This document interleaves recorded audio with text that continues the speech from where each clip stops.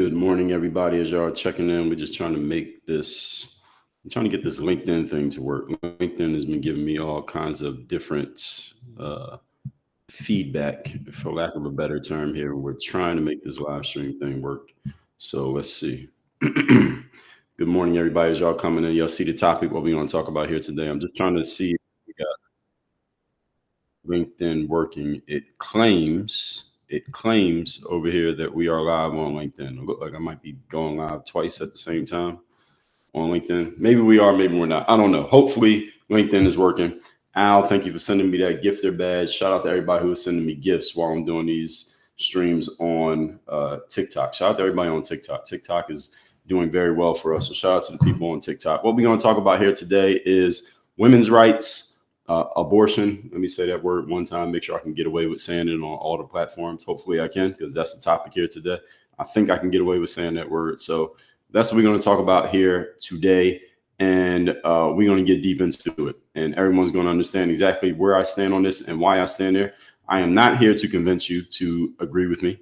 I'm not here to change your mind if you have a different opinion. I highly doubt that I will be successful in doing so. I'm not in the business of changing people's minds, but I am in the business of looking at things logically and objectively. That's what I'm going to do here today. That's going to be mixed in with some opinions. And my objectivity is also weighed by who I am as a person. So all of you understand that no human being can be completely objective, because we all have our own internal biases, ways of looking at the world, life, our own past experiences, etc. So nobody can be completely objective when we're doing things. And I'm just checking LinkedIn to see if this is actually working. I don't know if it is or if it's not. So if you're over on LinkedIn, let me know if you're seeing one stream, two streams, if you can hear me, etc. I have no idea if LinkedIn is actually working for this live stream.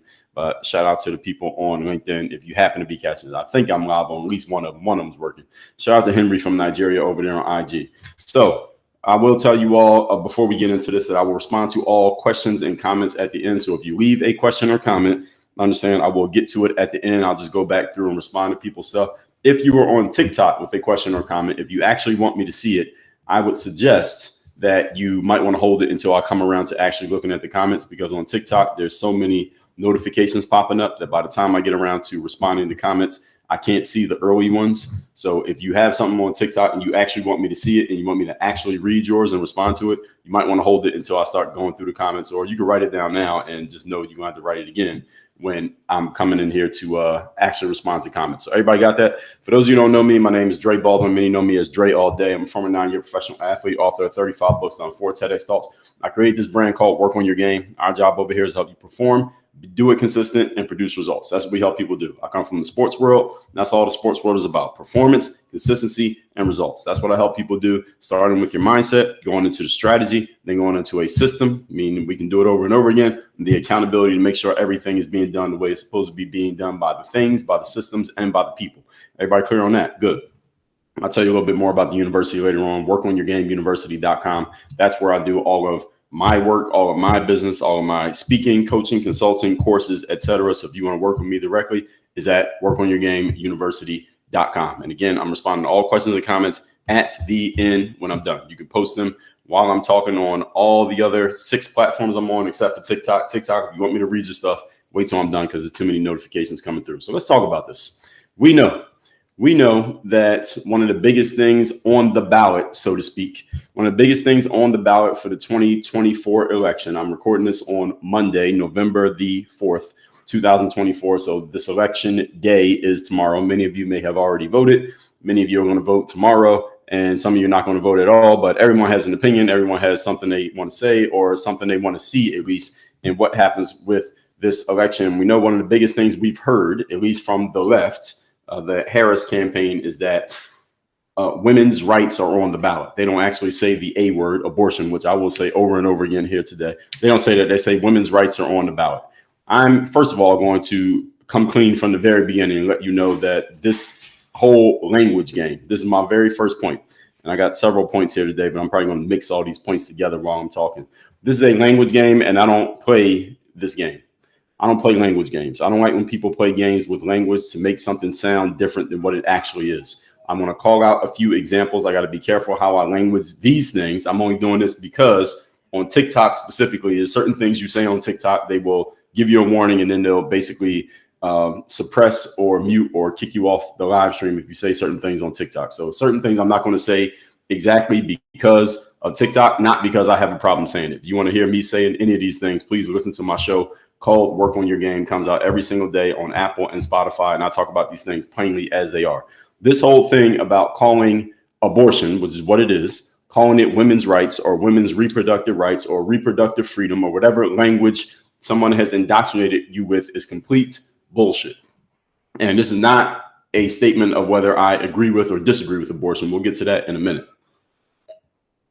It actually has nothing to do with that, whether I agree with it or disagree with it. Let's call it what it actually is. What is an abortion?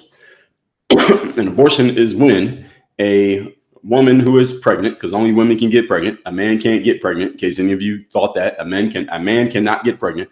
When a woman decides that she no longer wants to give birth to a child, so she goes to someplace, somewhere that will will terminate this life. It will abort the life that is growing inside of her. We know that generally, when a woman gets pregnant, it takes 9 months for the fetus to germinate into a human, and then it gets born. Then it's the process of giving birth, and now here you go, you have a baby. An abortion is when a woman decides to terminate that process and abort the mission by ending the life that is growing inside of her. All right, so that's what it is. When you end the life that's growing inside of you, that is called an abortion. It is not called reproductive freedom. It is not called women's rights. It is not called women's right to choose or whatever other bullshit language they're throwing out there. Let's call it what it actually is. It is abortion. You are ending the life that is inside of you. Let's also talk about where do these lives come from? All right, most pregnancies, 98%, more than 98% of pregnancies are the result of voluntary sexual intercourse between a man and a woman, somehow, somewhere, some way. Voluntary. It is not the R word, which I probably can't say here on TikTok. The R word, also known as S.A. I can't say that. I'm going to be careful not saying that here on TikTok. It's not the R word, and it's not incest either. That is not how most pregnancies occur. Most pregnancies occur through consensual sexual intercourse between a male and a female. Okay. And I'm responding to all questions and comments at the end, by the way. So anybody who's commenting, I'll respond to them at the end because I got 7 different streams going here at the same time. Literally 7. All right. Let's call things what they actually are. Again, I'm not even asking you to be on one side or another of anything. But if we're going to be logical and we're going to be rational and we're going to be objective and we're going to have a real conversation about anything going on in society, we got to call things what they are and not play games with words. So I got to be careful with this language. If you have a son who decides that he's no longer a son and he's going to be a daughter, his name is Michael, but he's going to change it to Michelle. Let's not call that. And then let's go further. That he decides that he wants to do some changes to his physical tools, his physical weaponry, and so that he can be a full quote unquote female. Let's not call that, what are they saying, gender dysphoria or whatever. The word dysphoria just means confusion generally. Let's not call that, what do they call it, a gender affirming care? It's bullshit. It's not gender affirming care. Are you joking? How can you be affirming a gender that you weren't born as? All right, you can't choose. Gender is not something that you choose. It's an immutable characteristic. You were born a boy, you're a boy. You're born a girl, you're a girl. You cannot change. There's no such thing as, I got to be careful with the T word. I don't know if I can say it here on TikTok. Somebody let me know. Is that one of the banned words on TikTok? You cannot change your gender. I don't know if I can say the T word. I'm not going to risk it by losing you all's attention by trying to say it. You cannot say that. You cannot do that in real life. That's not a real thing. All right. I can't be Dre today and tomorrow be Andrea. And that's not a thing. Even if I didn't do any physical work on myself, I can't get on here tomorrow and say, well, hey, everybody, my pronouns are she and her. All right. That's nonsense, bullshit. You can't change it. And people calling this gender affirming care or calling it, what's the other language that they use for this? When someone just decides that they're a different gender and now they want you to call them by their new pronouns that they came up with. Now you even got people who are not even going to be male or female. They're going to be them this or Z-zer or whatever the hell these things are. Are you joking? Are you joking? Are people are really buying into this? And some of you are sending your kids to schools where the teachers are teaching this. Some of the teachers might be in on it and they're doing it themselves. And now you got classmates. He was William last week, but now he's, what's a girl's name? Now he's Mary. And your son or your daughter who doesn't have this confusion, they now have to properly identify that classmate as a girl because he was a boy last week, but now he's a girl. And if your son or daughter messes up and calling him the wrong thing, your son or daughter gets reprimanded by the teacher. Are you serious? This is what we're doing?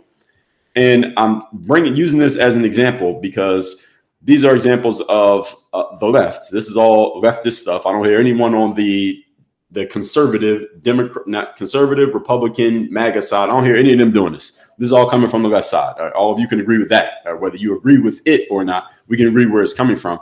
This is nonsense. This is nonsense. Abortion means you are ending the life of a child that you voluntarily created. That's what's happening 99% of the time. Let's not call it women's rights or women's right to choose because the woman already chose. Any women in here who are listening, whether you have a child or not, whether you have ever been pregnant or not, whether you have ever had an abortion or not, let me ask you a question. When you conceived in the first place, when you conceived, whether you conceived on purpose or whether you were just having some casual sexual intercourse unprotected and you ended up getting pregnant, so you didn't do it on purpose, but you did conceive. Did any of you, first question, did any of you not know that having unprotected sexual intercourse might lead to a pregnancy? Did any of you not know that? Okay, is there any woman on here? Is there any man in here who's ever had sex in your life? Even if you haven't had sex, doesn't matter of fact. Anybody listening to this who does not know that having unprotected sexual intercourse could lead to a pregnancy? Is anybody here who does not know that? That's the first time you ever found that out, was hearing me say it just 10 seconds ago. Is anybody who did not know that? All right, so everybody knows this, right? All of you know that if you have unprotected sexual intercourse, whether you're a man having sex with a woman or you're a woman who has sex with a man, you allow a man in, or you're a man and you decide to go in unprotected, there's a chance that you could contract some type of disease or infection. And there's also a chance that you could conceive and the woman that you're with could become pregnant. Everybody knows that, right? I'm saying all that to say this. When they label abortion as quote unquote woman's right to choose, you already made a fucking choice. You made the choice when you allowed the man in unprotected. That's the choice right there. The choice is when you allow a man into you unprotected, you are making the choice that you might conceive. Conceive meaning that you are now pregnant. You have a child growing inside of you. That's the choice right there. The choice is not abort or not abort. The choice is, am I going to allow this man in unprotected or am I not? What's going on, Yellow Man Reed? Good to see you again over there on TikTok. Appreciate you as usual, sir. So this whole women's right to choose, they're playing language games with you. And I don't like when people play language games.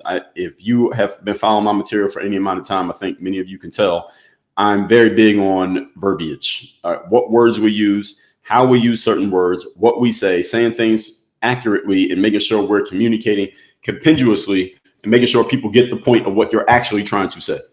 All right, my ability to speak and articulate is basically my living. My business is based on my ability to articulate. So I don't like when people play around with words because these people are not dumb. They know what they're doing. See, it's one thing if someone's messing around with words and they can't quite say something because they don't know how.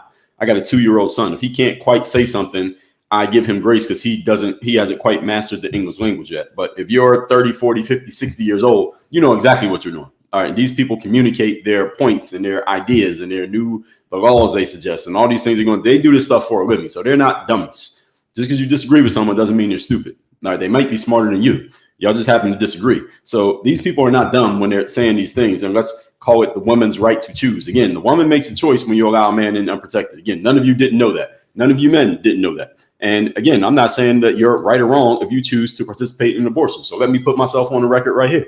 I do not necessarily, because some people will listen to me and they say, well, you seem like a conservative, or you seem like a MAGA, or you seem like a leftist, or you seem like a liberal. Depending on what I'm talking about, people will throw these different labels at me. And I got, based on all these guys, probably 300-400 people watching me right now. Some of you might think I'm conservative. Some of you may think I'm liberal. Based on what I'm talking about right now, many of you probably think I'm MAGA. I'm neither. All right, just to be clear.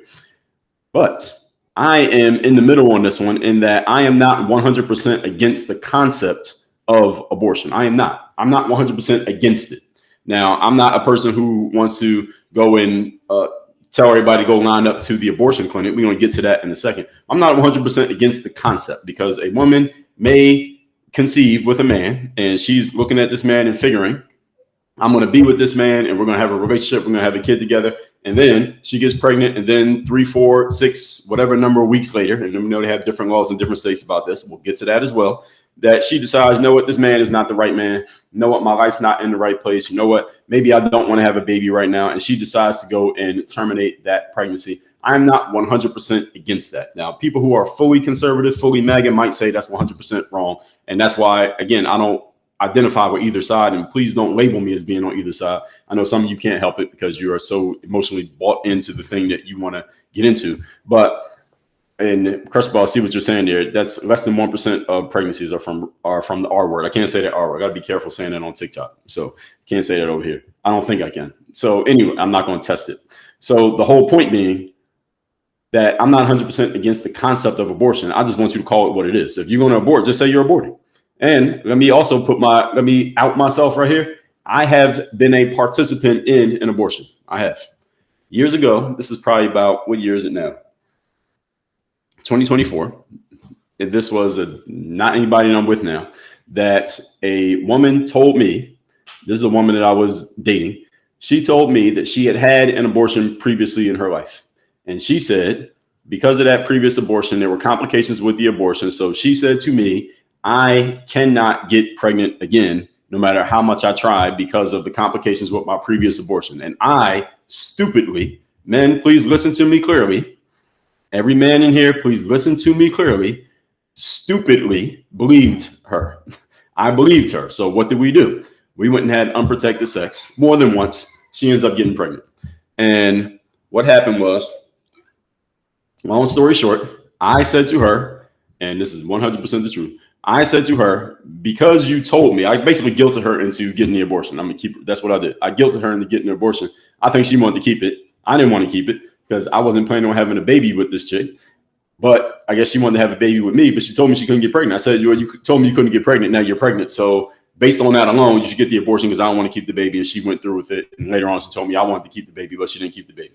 So I can't sit here and wag my finger at any of you who is for abortion, or you are a fan, or you are a supporter of the concept of abortion, because I participated in abortion. I'd be a hypocrite to even sit here and say that. At the same time, back then we were calling it what it was. And this is over 10 years ago. Back then we were calling it what it was, which is an abortion. That's what it was. It was an abortion. This is probably 10, maybe 15 years ago that this happened. We got to call things what they actually are.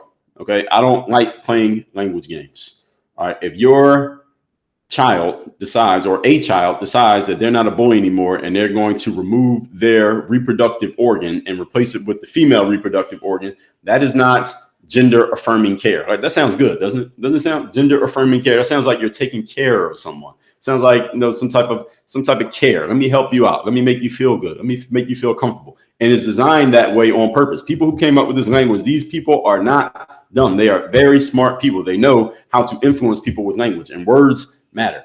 There's a reason why they don't call it abortion anymore, because abortion sounds like you're deleting, terminating, getting rid of something, which is exactly what you are doing. They change the language and make it sound softer and sound friendlier so that people will be more open to the concept. Y'all understand? All right. And again, this is not a good thing.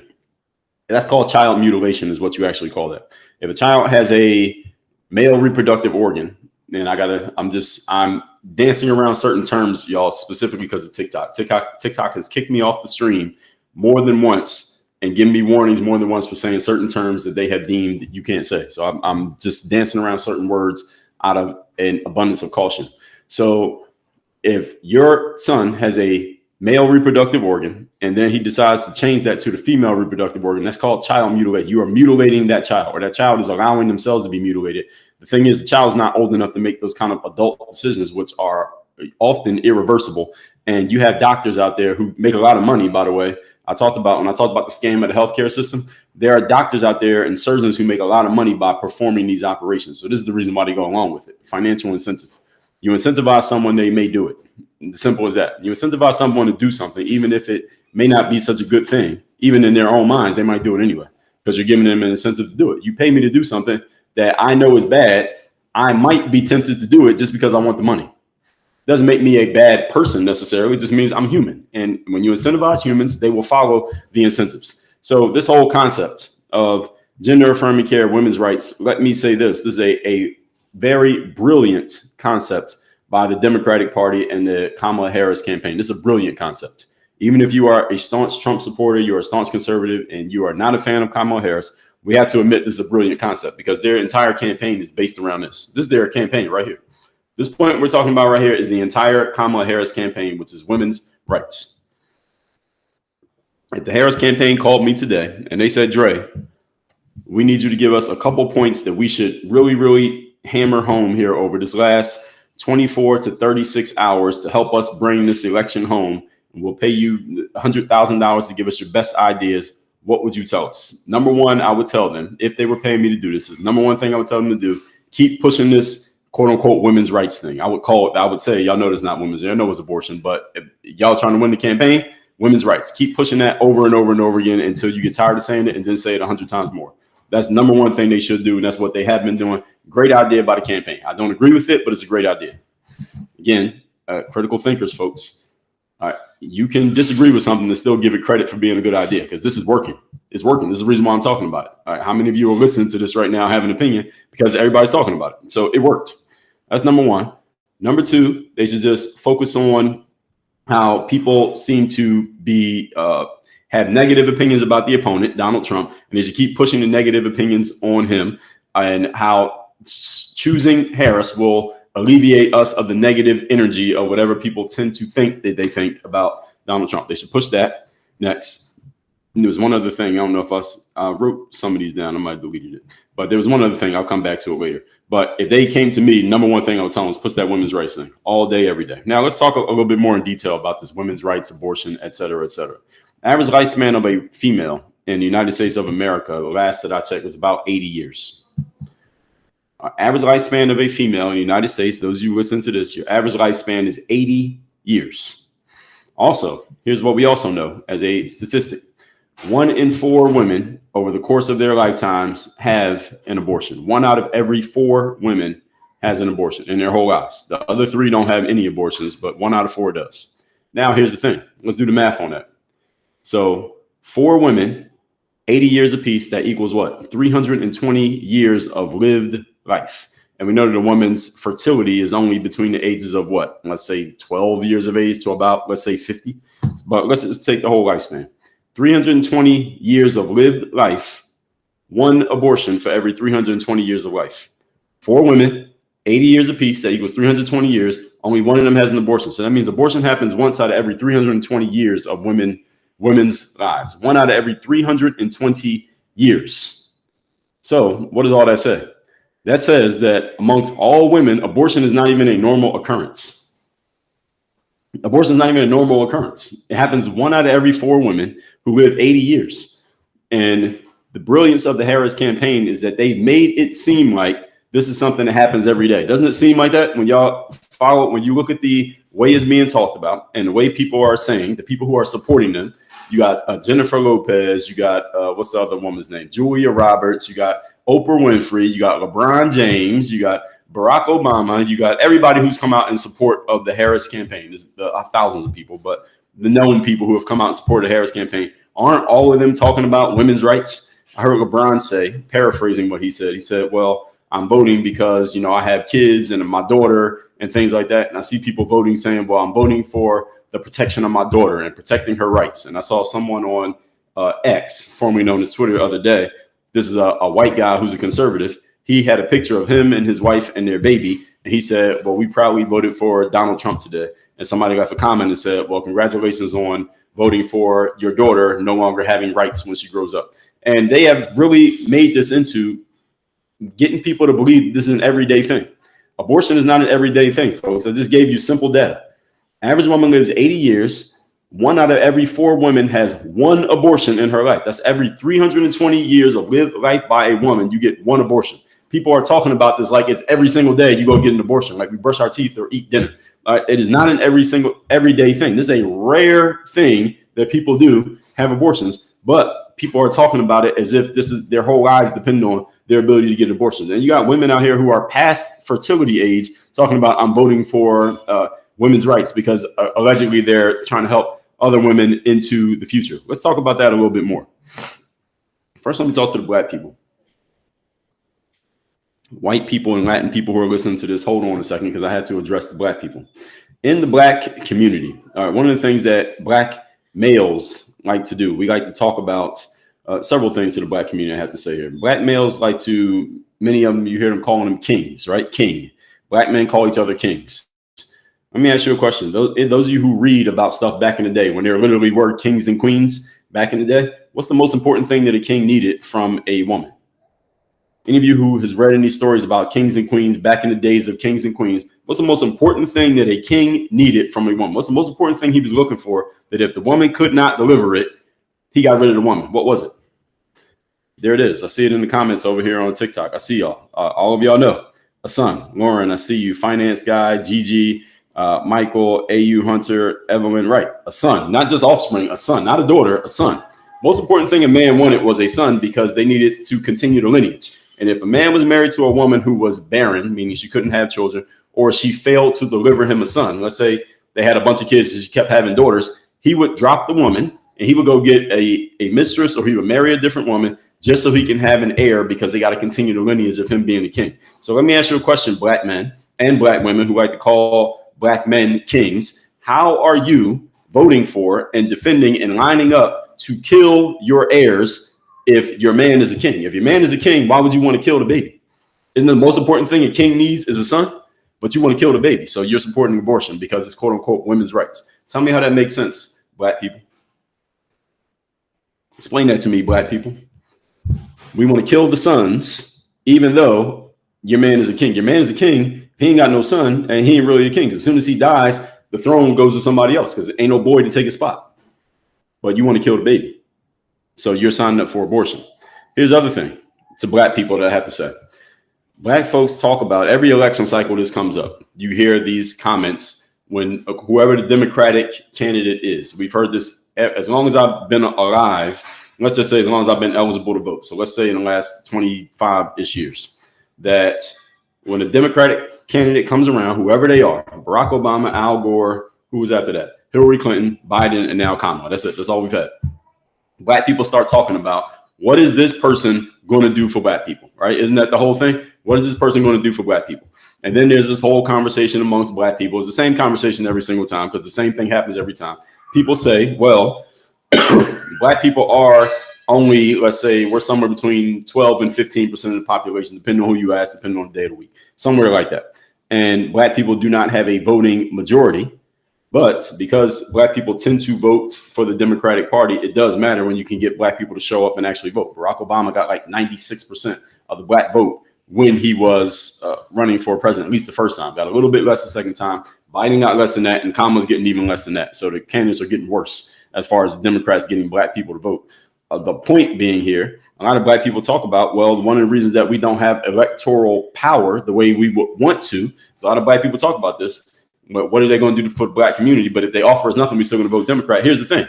Black people could have more power in terms of getting a candidate, Democrat or Republican, to do what we want them to do if we simply had more people. If black people just had more people, if we were a bigger percentage of the population, we would have more say with candidates as far as what they need to do or can't do if they want to get our support. If we were 20% of the population, we would have more say. If we were 30%, we were 50%, we would have more say. Well, here's the problem. How do you get more people? How do you get more people in the population? Everybody knows the answer. All right. If you want more people in your family, what you got to do? You either got to adopt somebody, but let's just say naturally, what you got to do is you got to have more kids. Well, here's the problem. How are we as black people, men and women, how are we signing up to abort our pregnancies, yet at the same time complaining that we don't have enough electoral power to get a candidate to do something, quote unquote, for us? Barack Obama didn't do anything for black people. Biden didn't do anything for black people. Kamala ain't even pretending that she's going to do something for black people. Yet we keep complaining that we don't have the power to get them to do stuff. Well, guess what? White people can make a political candidate do stuff because they have the majority. They got a whole bunch of people. We ain't got enough people, and we keep complaining about the same problem, but we're trying to make the problem worse by killing our own offspring before they even exist. But y'all are signing up for this? Tell me how that makes sense. Okay, now I'm done talking to black people. I'm talking to everybody again. Tell me how that makes sense. Even if you're not black, you could explain to me how that makes sense. I'm listening. How does that make sense? that we calling men, our black men, kings. I don't hear any other group calling their men kings. I don't hear Latin people doing that. I don't see white people doing that. They don't call their men king. Black men like to call each other kings. Not everybody does it. And black women like to call their men kings. Question, why are you killing the heirs of a king? That makes no sense. You kill the heir of a king, that's an act of war. All right, a whole bunch of people going to die. You kill a king's child. Did y'all see Game of Thrones? Remember Game of Thrones when they had the red wedding? If you didn't see the show, it was okay. They had this thing. Game of Thrones was all these world of kings and queens. They made it up. It was made up, of course. But back in the day, in made up world, that if a woman was pregnant with the heir of someone who might ascend to the throne, if you didn't like that family, you had to kill the woman and you had to kill the baby. Why? Because you don't want their lineage to continue. So you had to kill everybody. You couldn't just kill the king. You had to kill the baby, because if the baby's there, then the baby is the rightful next king. He might not be able to step up yet, but he's the rightful next king. So how are we killing our next kings? This is not something this is not natural that we just decide to kill just because. And they got women celebrating this. So again, I'm giving credit to the Harris campaign. They did a great job of indoctrinating people into believing that this is a good idea. You feel like you're doing something by killing your heirs when at the same time you're calling your man, your husband, or your son, or your cousin, or your brother, or your dad a king, yet you're killing his. You want to sign up and vote for someone who says, we're going to give you as much opportunity as possible to kill the heirs of these quote unquote kings that you're calling. I can't make sense of that. If any of you can make sense of that, please tell me. Now, why is the Harris campaign running on this? Why is this actually happening? Harris campaign is running on this because human beings, as a general rule, are much more susceptible to emotion than they are to logic. You try to preach logic to a group of 100 people, you got maybe about 12 people listening to you. If I was to get on here and just preach logic to you all day, and I am giving you logic, but I'm mixing it in by explaining some things. And mind you, the number of people listening to this is a small percentage of the overall population of human beings. You try to preach logic to most people, they won't hear it. They won't understand it. It won't connect with them, and they won't retain it. They might hear it, but they don't retain it. They won't keep it. They won't take it with them. When you preach to people emotionally, you are much more likely to get their attention. And this campaign, this concept by the Harris campaign, it works well because Kamala Harris is a female. Wouldn't work so well if there was a man doing this. If it was Keon Harris instead of Kamala Harris, this wouldn't work as well as it does. With a woman saying, we're going to, quote unquote, protect women's rights. It sounds good coming from the mouth of a woman. Now, this is a quote unquote black woman who's married to a white man. Different conversation for a different day. Actually, I'll probably touch on that later on here today.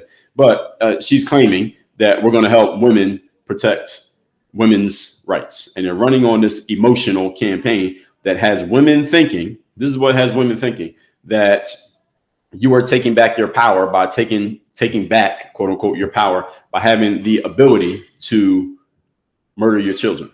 Let's talk about that. And let's get into the legal side of this, because as I'm saying here, I want to be clear. There is no law and there is no state in the world, in the United States, let's say, in the United States, where a doctor is legally blocked from protecting the life of the mother. That is not a thing. That law does not exist. Also, abortion is legal. And many people have said, well, we want to vote for Harris because we don't want the federal government involved in what we women do with our bodies. Okay, so let's address the logical fallacies in those statements, because I know there are some people who are listening to me right now who have actually heard that. You probably repeated it. Maybe you posted it on social media. Maybe you have said it yourself in a conversation. All right, that is a bullshit argument that is not based in reality. Let me help you out. So the statement I'm addressing here is people saying, I'm going to vote for Harris and Walz because we don't want the federal government involved in what happens with my body or our bodies. First of all, when the United States Supreme Court struck down Roe versus Wade 2 years ago, they decided clearly that the federal government is no longer involved in what happens in your body. That's exactly what it did. When the Supreme Court struck down Roe versus Wade, they officially removed the federal government from decisions about what happens with women's bodies. That officially happened. That is the truth of what happened. Federal government has no say in what you do with your body, at least when it comes to abortion. Let's put it that way. They have no say anymore. Striking down Roe versus Wade said is no longer a federal issue. This is now a state level issue, which means The laws when it comes to what you choose to do, abortion or no abortion, are now based on the state in which you live, not based on the country in which you live. That is the literal fact of the situation. I don't even like to say fact because facts can be manipulated. It's the truth. So the federal government is no longer involved, folks. And the reason that happened is because of, can anybody name the person who made that happen? Donald Trump. Donald Trump is the one who did that. So if your real issue is that you don't want the federal government involved in what a woman does with her body, you should actually be voting for Trump, not Harris.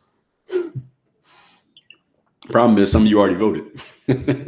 And a bunch of you ain't changing your mind, even though I just gave you the logical reasoning as to why it's not Trump who's doing it.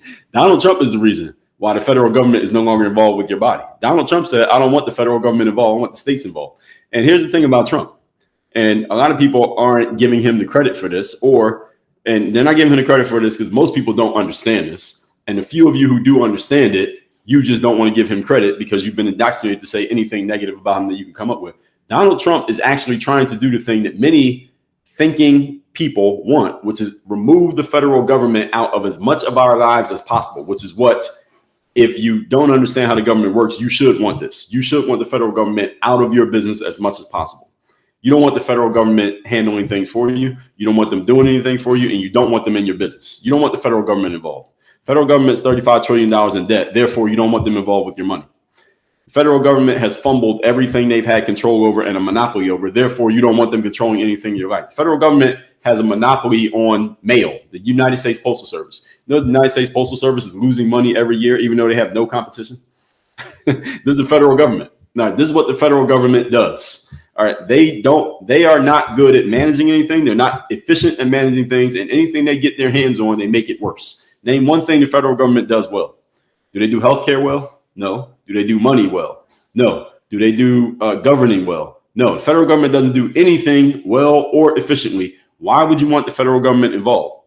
Think about it. If Kamala Harris wins the election based on what she is claiming and her campaign is claiming, they are going to make the federal government in control of what you do with your body. Why would you sign up for that? Why would you do that?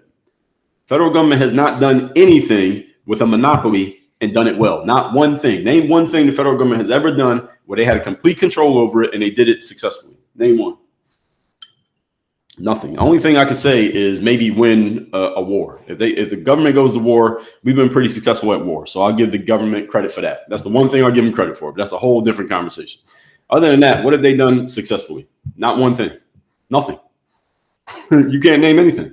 So when the Harris campaign, this is a great flip that they did on everybody. They said, and I see people saying this on social media, they'll say, I voted for Harris because I don't want the government involved with my body and the body of my daughters. Mofo, then you should be voting for Trump. Do you even understand what you're saying? Trump is the one who made that possible. He's the one who said, I'm going to put some new justices on the Supreme Court. Well, when he got the opportunity to do so, and we're going to talk about that in a second, put new justices on the Supreme Court who lean more conservative. And because he did that, they were able to strike down Roe versus Wade. And now the federal government has their hands off when it comes to abortion. Now, the state that you live in, I live in the state of Florida. So you live in Texas, Mississippi, Alabama, Maine, Minnesota, whatever. Based on the way you vote locally in your local elections, that's how you get to decide what you want to do. Let's say you live in a state where you don't have the right or the ability to get an abortion because it's banned in your state. I understand that is a real thing. What you got to do is move. If you really think you need to move your whole life because you might want to get an abortion in 10 years, then go ahead and move to another state. Like, really? Like, or your daughter might want to get an abortion. Your daughter's 4 months old, but you think when she's 25, she might want to get an abortion, and your state doesn't have laws for abortion. So maybe you need to move somewhere else. All right, that's what you need to do. Go ahead and do it. The federal government is no longer involved. So this non sequitur that I'm voting for Harris to keep the government out of my business is you don't even understand what you're saying. You're actually saying the opposite of what's true. Trump also, during the virus a few years ago, he said, we're not going to make a federal law about it. We're going to let each state decide, which I'm thankful for, because down here in Florida, thanks to our governor, Ron DeSantis, we actually got some freedoms pretty early. The virus came around March of the year 2020. By around July, we were pretty free to do what we wanted to do. Now, some of you who live in other places like New York, California, or these places that are heavily liberal, some of y'all still walking around with masks on. And some of y'all couldn't go to your job unless you went and got those shots. All right. Sorry to hear that. But I'm glad that he made it a state level thing and not a federal thing, because on a state level, then each state can make decisions based on who we voted for in the local elections, which was basically came down to the governors. I'd rather it be that way. For those of you who don't understand, the reason why our country is called the United States of America is because each state is to have a say in how it chooses to govern the people of its state. The federal government the design of the United States of America was that the federal government is not supposed to be making these sweeping decisions that apply to everybody. Is also called limited government. So those of you who listen to my material and you're trying to decide, is this guy liberal? Is he conservative? Is he Democrat or Republican? I have some friends down here in Miami who are actually libertarian. And they say to me, Dre, listen to you talk. You're actually a libertarian. You're not a Democrat or a Republican. You're actually more a libertarian. And one of the biggest things that the Libertarian Party is about, for those of you who are familiar with them, one of the biggest things that they're about is limited government. They want to take the government out of our business as much as possible. And I am 100% on board with that. So I have some liberal ideas, like I'm not against abortion. I have some conservative ideas, and I have some libertarian ideas. So you're trying to peg me into one of these groups. I'm not in any of these groups. That's why I told you vote for yourself. The most important person you're going to vote for is yourself, not any candidate. The whole point, folks, is that you don't want the government involved. The purpose of the government when it was originally created is to stay out of your business, not get in your business. So if you voted for Harris, that you're voting for the government to be more in your business. Tell me how that makes sense to me. Tell me how that makes sense to you. Why would you vote for the government to be more in your business when every business they've involved themselves in, they made worse? All of them. Government's $35 trillion in debt. All right, how are they going to give you money? I talked about this a couple of weeks ago, but people asked me to talk about it. I did a whole live on it. If the government decides, let's say President Harris wins, for example, I'm going off the main topic here. We'll come back to it. But let's say Harris or Vice President Harris wins the election, right? And she gives this $25K. She says she's going to give to everybody who wants to buy a house for the first time. Here's the problem. The government doesn't have $25,000. They don't have the money to give it to you. They don't have $25,000 to give to one of you, let alone to 100,000 or 1,000,000 people or whatever number of people would be applying for this credit. They don't have the money. Where's the money coming from? Money comes from the Federal Reserve. The government goes to the Federal Reserve Bank, which I'll keep saying this every time I mention them. The Federal Reserve Bank is not federal, i.e. is not part of the government. There are no reserves, meaning they have no money in reserve. And number three, they're not actually a bank. The Federal Reserve Bank is just a group of people who make decisions. It's not federal. There are no reserves. It's not a bank. Remember I told you language matters? All right, they're lying to you. The U.S. government, let's say Vice President Harris wins, she becomes President Harris. She goes to the Federal Reserve and say, hey, I want to give $25,000 to, let's say, 80 million people who want to get their first house. And the Federal Reserve Bank says, all right, great. We're going to print out $25,000 or we're going to put 25K into circulation for each one of these 80 million people. All right. That leads to what we call inflation. And inflation, simple concept of inflation is this, is that every time the Federal Reserve puts more money into circulation, the value of the money goes down. This is just simple logical concept that the more available anything is, the less valuable it is. And the more scarce something is, the more valuable it becomes. This is the reason why if you will go buy like some painting from the Louvre or some big museum and there's only one copy of that painting, it costs a whole lot of money because there's only one of them. But if there's a million of something, then it becomes less valuable because there's so many of them. When we put more dollars into the circulation, the Federal Reserve Bank does this. It makes the value of the money that you already have worth less. Now, how is that reflected? That's reflecting that prices go up. That's called inflation. So if Vice President Harris wins and becomes President Harris, and she actually does these things and gives money to a bunch of people to go buy a house, $25,000, the value of your money, even if you're not one of the people she gave money to, your money becomes less valuable because the Federal Reserve just put a couple $1 billion out into circulation, meaning your money means less, which means your prices go up. So if you think prices are high now, they're going to get higher. Every time the government gives money out, prices go up. Why? Because the government ain't got no money. So they can't give you money. So it's actually a misnomer for me to even say that. The government can't give you money because they don't have any. They go to the Federal Reserve, which is not part of the government, and the Federal Reserve prints money, quote unquote, prints money. I know many of you don't walk around carrying cash, but the money in those numbers on your mobile app, whatever amount is in your account, that $1,000 today buys less tomorrow than it will buy today, because every day the Federal Reserve has to keep printing money because the government is broke. The government's not even broke. Broke means you're at zero. If the government was broke, we actually be in a good position. Government's not broke. The government is in debt, which means you're in the red. All right, we're in trouble. Financially, the government is in trouble. All we do is just keep printing money, and which makes the dollar less and less valuable, which is why prices keep going up. So ask your grandma, how much did it cost to go to the movies when she was your age? And she's going to tell you it was like 10% of what you got to pay to go to the movies today. Why is that? Is it because the movies just get 100 times better than they were back when your grandma was a kid? No, they didn't get better. What happened is prices went up because we threw more money out there.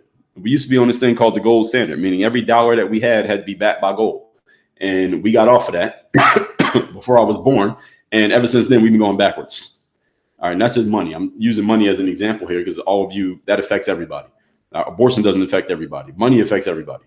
All right, y'all want to know why the cost of a stamp? United States Postal Service. Just think about this. The government controls, they have a monopoly on mail, right? The United States Postal Service is the government, right? They have a complete monopoly on it. Why do they keep raising prices?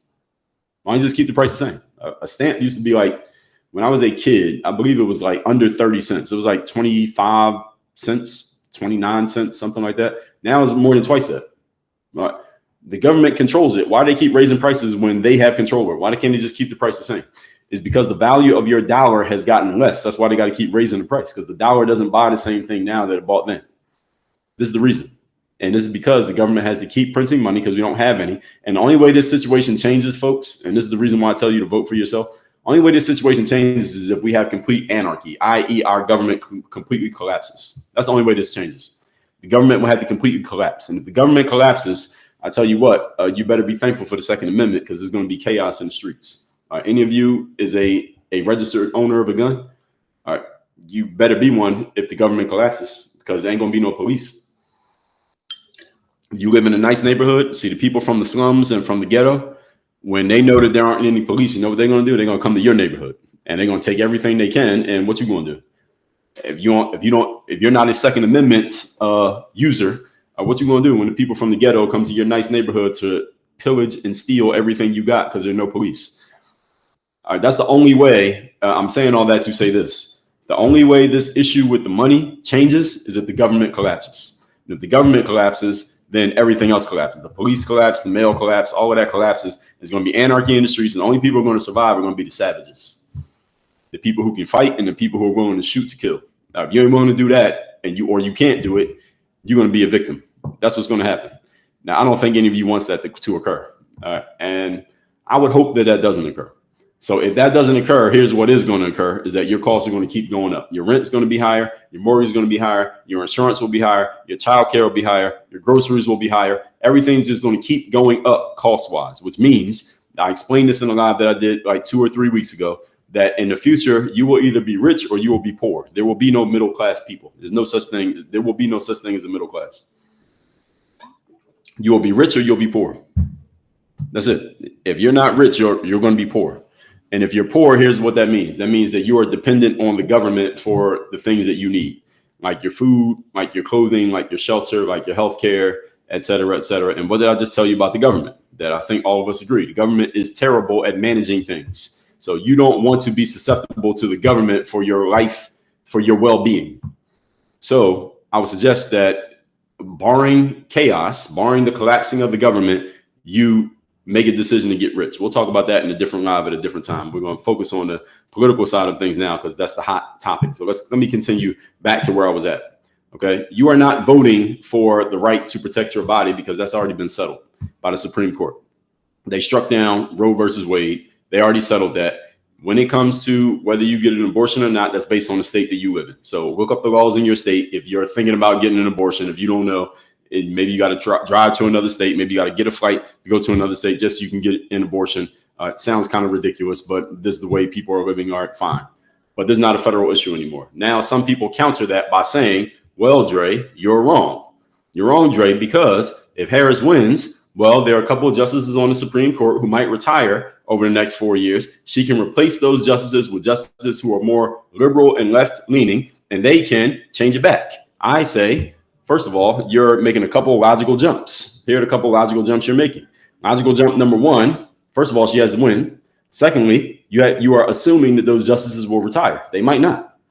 I don't know the justices on the Supreme Court, don't know much about them, but I would think that a couple of those justices who are older right now, they are more conservative leaning folks. They may be inclined to stay on the court through Harris's administration just to make sure that she can't replace them with a liberal judge. Do y'all think that's possible? I mean, they're still human. I know they're judges and all, but they're still human. If I'm on the Supreme Court, and let's say I'm a conservative and Trump appointed me, and I'm getting close to retirement age and I'm thinking about retiring, and then Harris wins, I'm like, man, I might wait until she gets voted out at the next election and they have a conservative president, and I'll retire then so I can get replaced by a conservative. I might just do that. All right. Do you think they will do that? I think Supreme Court justices are human beings. All right. Some of you may think that they operate by this different standard just because they're justices or they're known people. I don't think so. I think if Harris wins, there's no guarantee she gets to replace anybody. Now, if somebody dies, that's a different story. You can't control that. But choosing to walk away from the court, that's a different thing. Ruth Bader Ginsburg, did she stay on the court till she died? And a lot of people try to retroactively be mad at her, like, man, she should have left when there was a Democrat president, because then they can replace her with a Democrat or a left-leaning judge. But she waited till she died, and then Trump got to replace her, and he put more conservative judges on the court. This is how it works. So there's no guarantee that she's actually going to replace those justices at all. She may not even get the chance to do so. If she did, she would put liberal justices on, but there's no guarantee she gets that chance. And here's the third thing. Just because she replaces, let's say 2 justices leave, let's say 3 leave, let's say 4 leave. And during Harris's, if she wins her administration, and she replaces all of those justices with liberal justices on the Supreme Court, the Supreme Court does not turn around.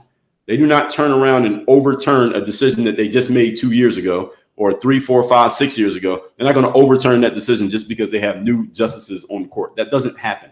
Supreme Court does not do that. If it happens, it's a rare occurrence. And I strongly doubt it would happen on this issue. So this whole concept of she gets to appoint new justices to the Supreme Court, and that means they could overturn the overturning of Roe versus Wade. That's not going to happen. Or there could be a new case that makes it all the way to the Supreme Court. A new case. Let's just call it Baldwin versus California.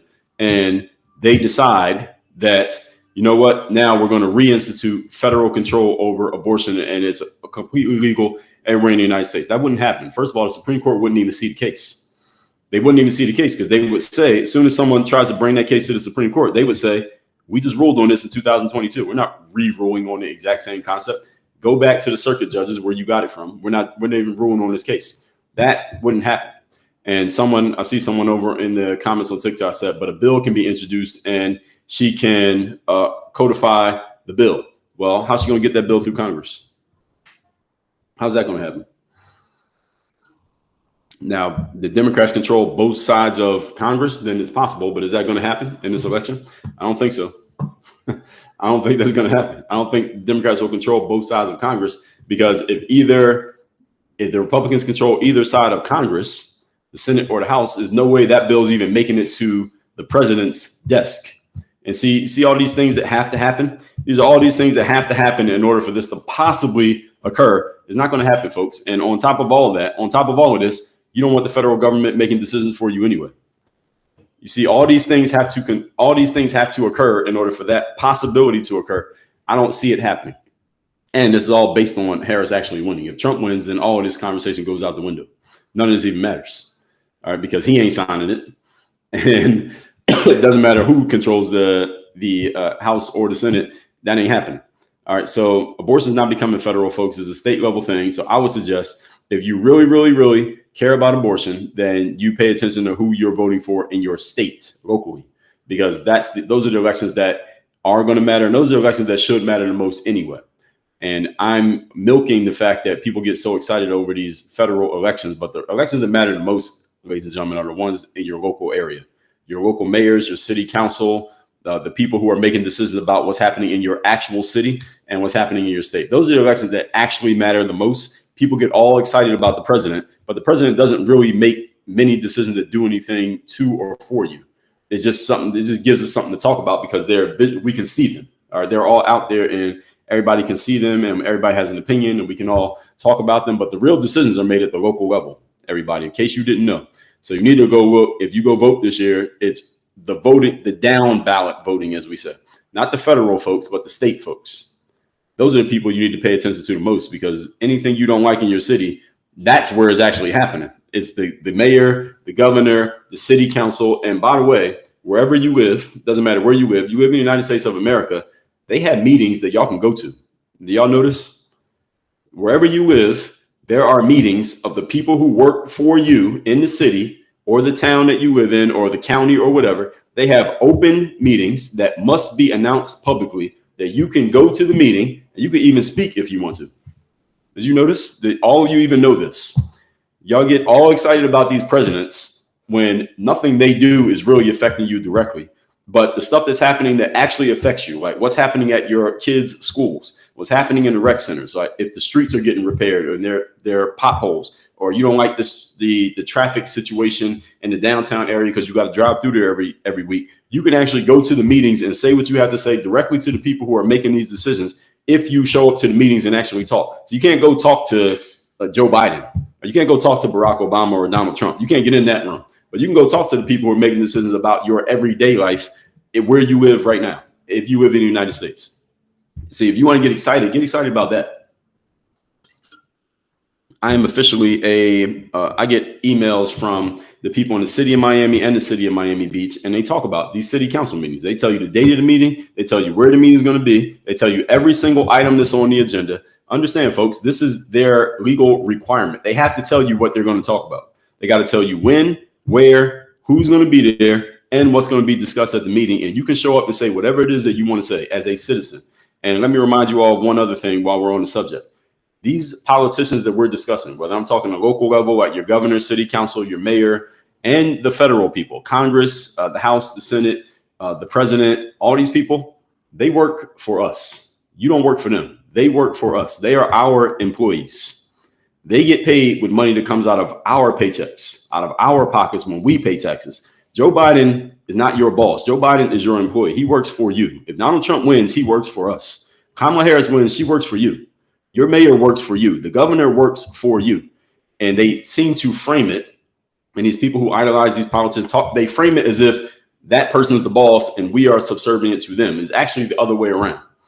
They work for us. All right. Your tax dollars are paying their salaries. They're not your boss. You are their boss. And many of you need to start thinking along these lines so that you understand that when a politician wins an election, even if it's a person you didn't vote for, you vote for the Democrat, but the Republican wins, you can make demands of that Republican because they're your employee. They work for you. And you can make demands of these people. All right, when you have someone working for you, you can tell them what to do. Right, and you tell them what to do by your votes. That's how you do it. And also by your feet. You can move. If you don't like what's happening in one state, move to another state. During the virus, a lot of people left liberal leaning states and they moved to conservative controlled states. Did that happen? Again, I'm not, whether you're a Democrat or Republican, we all have to admit that happened. A bunch of people left California, a bunch of people left New York, and they came to places like Texas, Tennessee, and Florida. That happened during the virus. Why? Because people didn't like what was happening in those towns. Is that true or not? I didn't hear about a bunch of people leaving Florida to move to California. I didn't hear that. I'm not saying it didn't happen. Most of the people I live in Miami, in a place where there's a bunch of people from everywhere else. A bunch of New Yorkers moved to Miami, South Florida, let's say. A bunch of Californians moved to Nashville, Tennessee. A bunch of people moved to Austin, Texas, who used to live in blue areas, blue states and blue areas. Why is that? That happened because people can vote. You can vote with your feet. You can vote with where you just choose to sit down. You don't like what's happening over here, go over there. You don't like what's happening over there, go over here.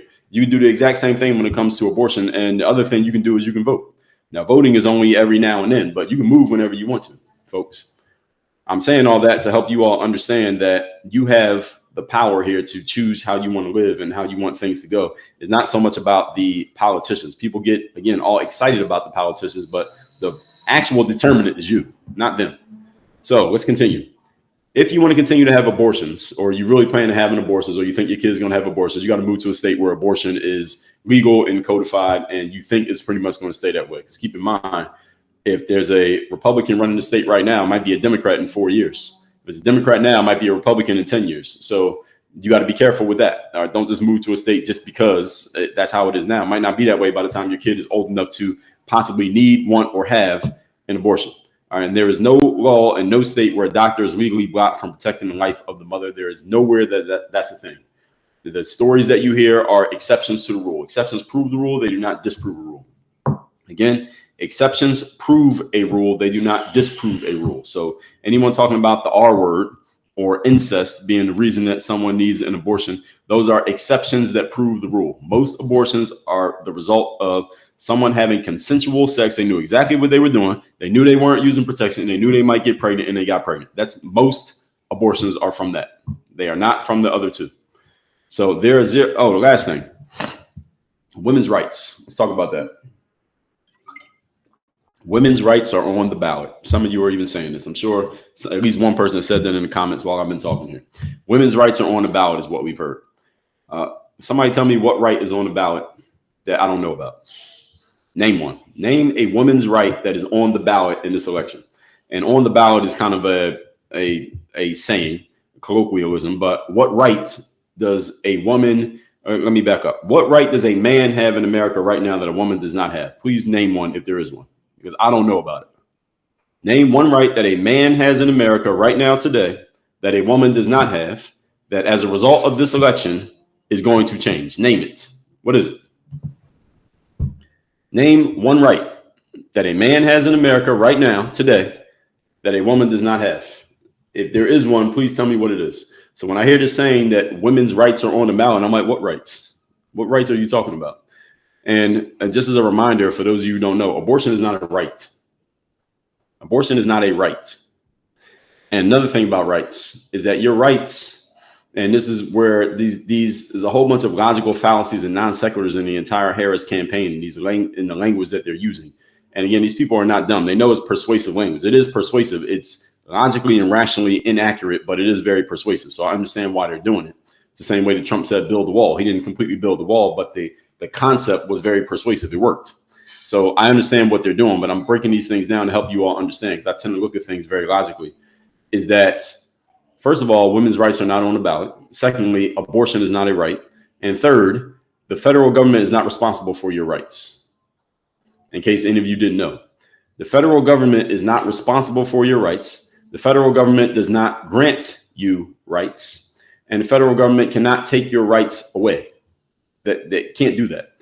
Your rights are granted to you by your higher being, whatever you call that higher being, whether you call it Allah or God or whatever word you use. Your rights are human rights that come from you being a human being granted by your creator. Whoever you call your creator, whether you believe in it or not, that's where your rights come from. The federal government's job is to protect your rights and stay out of your business. That's the federal government's job. Let me say that again. We're going to talk about this one right here today. The federal government's job is to protect the rights that you already have and otherwise stay out of your business. That's the federal government's job. And if you agree with that, then you should be voting for Donald Trump, because he's the one who's angling to do that. He's angling to stay out of your business by removing the federal government's oversight on abortion. That's what he already did. And that's what happened with the Roe versus Wade decision. Federal government is no longer involved. That's what you want. Again, I'll say this over and over again. I'm going to keep saying this. You do not want the federal government in your business at all. You want the federal government protecting the rights that you already have and otherwise staying out of the way. That's the job.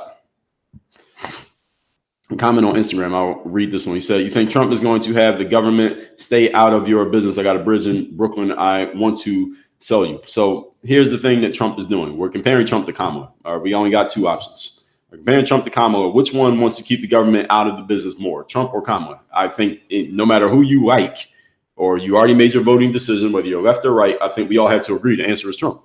Trump is trying to keep the federal government out of the game as much as possible. That's what he wants to do, and protect your rights. That's what he wants to do. He wants to protect your rights and keep the federal government out of the business. I don't know how anyone could disagree with that. Harris is saying, I'm going to do a bunch of stuff. This is what Kamala Harris is saying in her campaign. I'm going to do a bunch of stuff that is going to make the federal government have more oversight over things. I'm just going to give you the stuff that you want, but we're going to make the federal government control it. That's the only difference with Kamala. Kamala's saying, I'm taking all the stuff that you want, and I'm going to make the federal government in charge of the things that you want. I don't want the federal government in charge of the things that I want. I don't want that. No, thank you, Vice President Harris. I don't want the federal government in charge. I want the federal government to do absolutely nothing and stay out the way and let us decide through our own actions, our own behaviors, our own mindsets, our own decision making where we end up. And that's what I prefer. I'd rather that happen. Someone said, don't believe what these politicians say. Of course, we know they're campaigning. We know they're selling. I understand it. But if you're asking which candidate between these two is more trying to get out the way, the answer is Trump. Nobody can disagree with that. No one can disagree with that. Trump is trying to get out the way. Harris is trying to be more in the way. And if you've been listening to Candace Owens talk about Harris over the last 3 weeks, stuff is starting to make sense. If you should go listen to those topics that Candace Owens has been saying about Kamala Harris, not just about is she black or not. I mean, I think we already decided she ain't black, but if you want to believe that, go ahead and believe it. But just talking about her background, her family, where she comes from, who she actually is, and why she is how she is. There's a whole lot of pieces that kind of fit together when you start piecing it all together. And Candace Owens has done this work for you. That's the good news, everybody. Look her up on YouTube. All y'all know who Candace Owens is. Look her up. Her name's Candace Owens. She's a black woman, and she's been digging into Kamala Harris's background to help us understand what Kamala Harris herself has not told us. And it's starting to make sense about where she comes from. I'm talking about her stock and who her mother was, who her father was, and what they were into, and how she got into politics, and why she seems to be preaching all these things like the government is going to do more for you. Again, you don't want the government doing, you don't want $25,000 for a house. Any of you who works in real estate, please tell us what's going to happen if Kamala Harris gives everybody $25,000 to get a house. Anyone who works in real estate, please put that in the comments.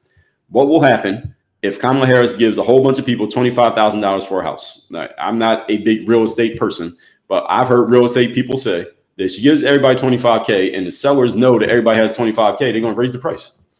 They're going to raise the price of houses. It's like, I have a coaching program. So Kamala Harris said, I'm going to give everybody $10,000 to join the coaching program. I'm just going to raise the price of my coaching program. All right, I know you got a free $10,000 in your pocket. So let me get that. Let me get that $10,000. This is what's going to happen. And Barbie says she's not going to give anyone anything. Yeah, I mean, she might be lying, but let's just say that she did it. Again, let's just say that she did it. All right, so that $25,000 still going to get, let's say you use that as a down payment, because that's what she said, right? Then she say down payment, you still got to pay. All right, you still got to pay for the rest of the house. And guess what? Check this out, folks. Let's just say that she does that. Let's say she's telling the truth. She's going to give $25,000 to everybody who wants to buy a house. First-time home buyers, by the way. So if you already got a house, she ain't talking about you. And if you don't want to buy a house, she ain't talking about you. But let's say you want to buy a house. She gives you $25,000. What did I just tell you about the Federal Reserve? The government has no money. So they have to throw $25,000 times however many people out in circulation. What does that mean? The value of your dollar goes down, which means the price of your house is going to keep going up. By the time you pay off that house, you're going to have spent way more than the $25,000 you got, quote unquote, for free. The government can't give you anything for free. All right. One of the first laws of economics, the first two laws of economics, all of you should understand this and print it on your foreheads and make sure you teach it to your kids. Number one is supply and demand. Where there is demand, someone will supply. There is a demand of people in the United States who want the government to do things for them. They are misinformed, malinformed, and they don't know what they're actually asking for. But this is the first law of economics, is supply and demand. If people ask for it, someone will supply it. Second law of economics is there is no such thing as a free lunch. The government is promising you free lunches. Kamala Harris is promising you free lunch. There is no such thing as a free lunch. Any of you who goes fishing, any of you fish, and you know how to fish? Okay. What happens when a fish thinks they got a free lunch? When you throw that bait into the water, what happens to the fish? They end up in a picture, right? They end up in a picture on your Facebook page. They end up being dinner. That's what happens when you think you're getting a free lunch. Don't bite the bait. There is no such thing as a free lunch. Okay, it's the second law of economics, and it is a law. It is not a theory. It is not an opinion. It is a law. If you break what happens when you break the law? Okay, everybody got it? Okay, abortion is not and has never been a constitutional right. Abortion is not a constitutional right. It is not in the Constitution. Abortion is not your right. It may be your preference. I'm not knocking it if it's your preference, but it's not a right. So any of you who thought that, you've been taught wrong, or you just haven't been taught at all, or you've been listening to too many of the wrong people who have a very persuasive message. A very persuasive concept, but it's actually not true. All right, all that said, let me recap these points really quick. You got questions or comments, put in the comments. In a moment, I'm going to address them. I'm going to address YouTube first, then Facebook, then LinkedIn, then Instagram, and TikTok. I'll do last, and TikTok got the most. So TikTok, I'm coming to y'all in a moment. So, all right, abortion equals women's rights. This is not true. Abortion and women's rights are not the same thing. And again, women already have every right that men have. So this whole concept, very persuasive, great idea by the Harris campaign, but actual logically is bullshit. Number one, call it what it is. Call abortion abortion. Notice people don't actually use the word anymore. Now they're saying We have now it's women's rights. Now it's women's right to choose, or what's the other one? Reproductive freedom. All right. It all sounds good, doesn't it? All right. Nonsense. All of it nonsense. Average female lifespan is 80 years in America. 1 in 4 women have an abortion in their lifespan. That means 1 out of every 320 lived years, there's an abortion. 1 out of every 320. But people talk about abortion as if it's this everyday thing. Abortion is not an everyday thing. 1 out of every 320 years of life, you get an abortion. Of women, that is. And people are, again, it seems like the way they're talking about it, this is like every 5 minutes somebody's having an abortion amongst all. No, it's not a thing. Harris' campaign is running on this because people are susceptible to emotion more than logic, and it's working. It's working. I'm giving them credit for that. But you are not voting for this. There's nothing on the ballot when you go vote, or if you already voted, that says anything about abortion. There's nothing on there. And there's a whole bunch of things that would have to happen, a whole bunch of if-then loops in order for Harris to have anything. First of all, she has to win. Secondly, some people on SCOTUS, Supreme Court, have to actually retire. If they do, and that's no guarantee. Third, she would have to replace them with justices who are going to do what people think they're going to do, which is overturn Roe versus Wade. Fourth, Supreme Court would have to overturn a decision that they just made 2 years ago, which they're not going to do. That does not happen. Supreme Court does not overturn their own rulings 2 or 3 or 5 years later that they just made. And by the way, when a new justice comes on the Supreme Court, they are the lowest ranking member on the court. So the last justice to get added to the Supreme Court was Ketanji Brown Jackson, right? The woman who doesn't even know what a woman is. Remember her? What is a woman? She didn't know. That woman, she's the lowest ranking member of the court because she just joined. So anyone who gets added to the court goes to the bottom of the totem pole. They have the least say so of all the justices. They are not going to overturn when there's other justices who are already above them who were part of the decision that was already made. So that's not going to happen. And also, again, you're betting on which justices will walk away if this actually happens. None of those things are going to happen. Abortion is a state level thing. So you need to pay attention to your state voting and your local voting, not the federal voting. Stop getting excited about federal politicians. They're not the ones making the real decisions. It's your people at your local level that are really making the decisions. And there are 0 rights that have been taken away from anyone. There's no woman listening to this right now who lacks a right that I have as a man. There's not a single one, not a single right that a man has in America right now that a woman does not have. If there is one, please somebody name it. All that said, let's take comments. Let me start over on YouTube. Shout out to the people on YouTube. Barry Wang said Harris 2024. Your vote, your choice, Barry. O-Dog says the left plays games with language to warp people's perception of reality. Yes, that is exactly what they're doing. It's basically witchcraft. Yeah, you go as far as calling it satanic even. I would even say that. O-Dog says not wise to make general rules for exceptions. That's what politicians do. Entire medical philosophy, 100% true. I talked about that on Friday, last time I was live. O-Dog said abortion laws are a waste of time. I do not support the procedure as a deterrent for pregnancy, but a woman can induce an abortion from what she eats or does. Okay, interesting. I believe that. I didn't know people did it. People probably do it intentionally. I would agree with you there, actually. And I cannot support taking away people's right to choose. I say my life, my choice, but I keep that same energy when it comes to the V word, the left and not. I can't say that V word, but I get what you're saying, O-Dog. You're right. Case in me, you got it right, children. O-Dog said black people are not serious people. They say people are killing us, yet vote for the right to kill off your pregnancy, your progeny, right? Or change their gender, right? Exactly. So I understand. Mr. Marlon Moe said Trump is a great salesman and not a great businessman. Well, sales are part of business. So that's a non sequitur there. Mr. Marlon Moe, you had to explain to me what you mean by that. If you're making sales, you're doing business. Sales is what drives business. When you make a sale, you do business. That's the exchange. I give you the product or service. You give me the money. That is business. So you had to explain to me how that makes sense, what you just said there. Someone said Federal Reserve is another witchcraft language manipulation. I agree. Yes, it is. Someone said, am I a man of faith? I do not follow any particular religion, but I have a lot of respect for people who do because they have principles that they must adhere to. That's what I like about religion, is that when someone tells me they follow a religion, I don't care if it's Muslim, Jewish, Catholic, Christian, whatever, I respect it because I know that they have certain principles that they must follow and that are unchangeable. Biggest problem we have in society these days, a lot of people have no principles. And when someone's a person of faith, they have to follow the principles of that faith. They can't make them up. And a lot of people just make up most people don't even have principles. They just change the rules as they go along, which is how the left is able to influence people with this nonsense language, because people have nothing to tether themselves to principle wise. Mr. Malone said people vote for Trump because he's a star. Kamala is not a star. People vote for Kamala because she's a Democrat, and people hate Trump. Well, they're both stars right now. They're both going to be stars for the rest of their lives because of the fact that they've even made it to this position. And people vote for Trump because he's a star. I think some people vote for him because he's a star. I don't think everybody. I think people vote for him more because his message is persuasive. I mean, again, like him or not. Politicians believe they work for the lobbies. Well, they probably do. They do work for the lobbies. I don't think they believe it. They know. O-Dog says, only young women move from Texas to California. Interesting. Mr. Malone said, I think people moved because Democrat states are more expensive. They tend to have a higher GDP, which makes them more populated and more expensive. Interesting angle. It might be. Mr. Malone said, women can't go topless. Okay. All right. Fair enough. And men can't go bottomless. I don't know. I guess it'd be the same for women. All right. I'll give you that one. Streaming Eddie said, follow the Bible. Abortion is murder. Vote for your nation and states and Senate. Shalom. All right. Fair enough. Streaming Eddie. I appreciate it. O-Dog said, Democrat states do not have a higher GDP. Take Silicon Valley, California, see where they fall. All right. Also a good point.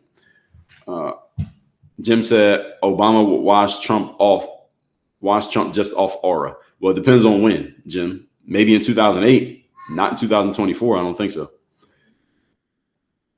Tom said, when will a woman's right to choose be rephrased as human sacrifice? Right now, you just did it. Jim said Trump can only beat a woman. LOL. Jim says, anything from the left Dems that you agree with? I agree that people can abort if they want to. That's something that a lot of conservatives are staunchly against the very concept of abortion. So, yes, I do agree with that. I got a whole episode on my show where I discuss, is Dre a liberal or conservative? And I share some things that I agree with on the liberal side, some things I agree with on the conservative side. So I'm neither one. And I have some friends who are in the Libertarian Party who said, Dre, you're actually a libertarian more than a Democrat or Republican. But I have no affiliation to any political party. None of them has ever paid me anything. So none of those things. And I prefer it that way because that way I can maintain my independence and I can criticize any side that I want to, and I can give them credit as well if I want to. I'm looking at Instagram, then I'm coming to TikTok right after this. Enad City says, Chessmaster, what's up? Chima said, you sent me a DM. All right, well, we'll respond. Maybe not. No guarantees. Crespo said that everyone knows unprotected sex and lead babies. Yes, exactly. So the choice that a woman makes, woman's right to choose, is when you choose to have sex. That's the choice. The language is let me have sex and fix my mistakes after. Yes, that's exactly what it is. And I'm glad you brought that up, Crespo, because there's another thing I want to talk about is that our society has created this situation where we can make a decision that we know is the wrong decision when we make it, and then we have a way to undo it. So you see this a lot in the medical industry. Someone can just not exercise for years, not take care of their body, put trash in their body, become overweight, and maybe in a position where they have comorbidities that can lead to their early death. But you can just go to the doctor and they'll give you some medicine or some drugs, or they'll do an operation that undoes all of your lack of discipline from the last 35 years. You can just undo it with a drug or with some operation or with some other type of intervention, which is nonsense. I don't agree with that concept at all. And that's what abortion is. You can make a bad decision in the bedroom and just go get this, or go get this operation, or go take this pill. You can undo your bad decision, even though you knew it was a bad decision while you were doing it. I don't like that. I don't agree with that concept at all. But our society is making it easier and easier for people to do this, to basically undo their own bad decisions. And I don't agree with that at all. Crespo, thank you. Like the suit and tie. Thank you. Brandon said, do you think the man has to be responsible for getting a woman pregnant if they throw out my body, my choice? Well, see, the choice that the woman makes is when she allows the man into her body, not when she decides to get an abortion. So do I think the man has a responsibility? Absolutely has a responsibility. More contraceptives for women out there than men. Well, first of all, Brandon, every man knows what a condom is, right? Is there any man listening to this who doesn't know what a condom is? And secondly, the most important form of contraception is to abstain from sex until you're with a woman that you want to marry and build a family with. If we're gonna talk straight up discipline. Straight up discipline says marriage before carriage. What that means is you get married to a woman and you commit to being with her for the rest of your life. Then you have unprotected sex, and that's when you have kids. Actually, then you have sex, period. You don't have to worry about condoms. If you follow marriage before carriage, you don't even need a condom or any form of contraception, because the only time you're ever having sex is when you're with the person that you have decided to marry. Therefore, you don't have to worry about abortion. You don't have to worry about contraception. You don't have to worry about anything, because you're only with the person that you're actually going to be with. That's the actual doctrine of how it's supposed to be.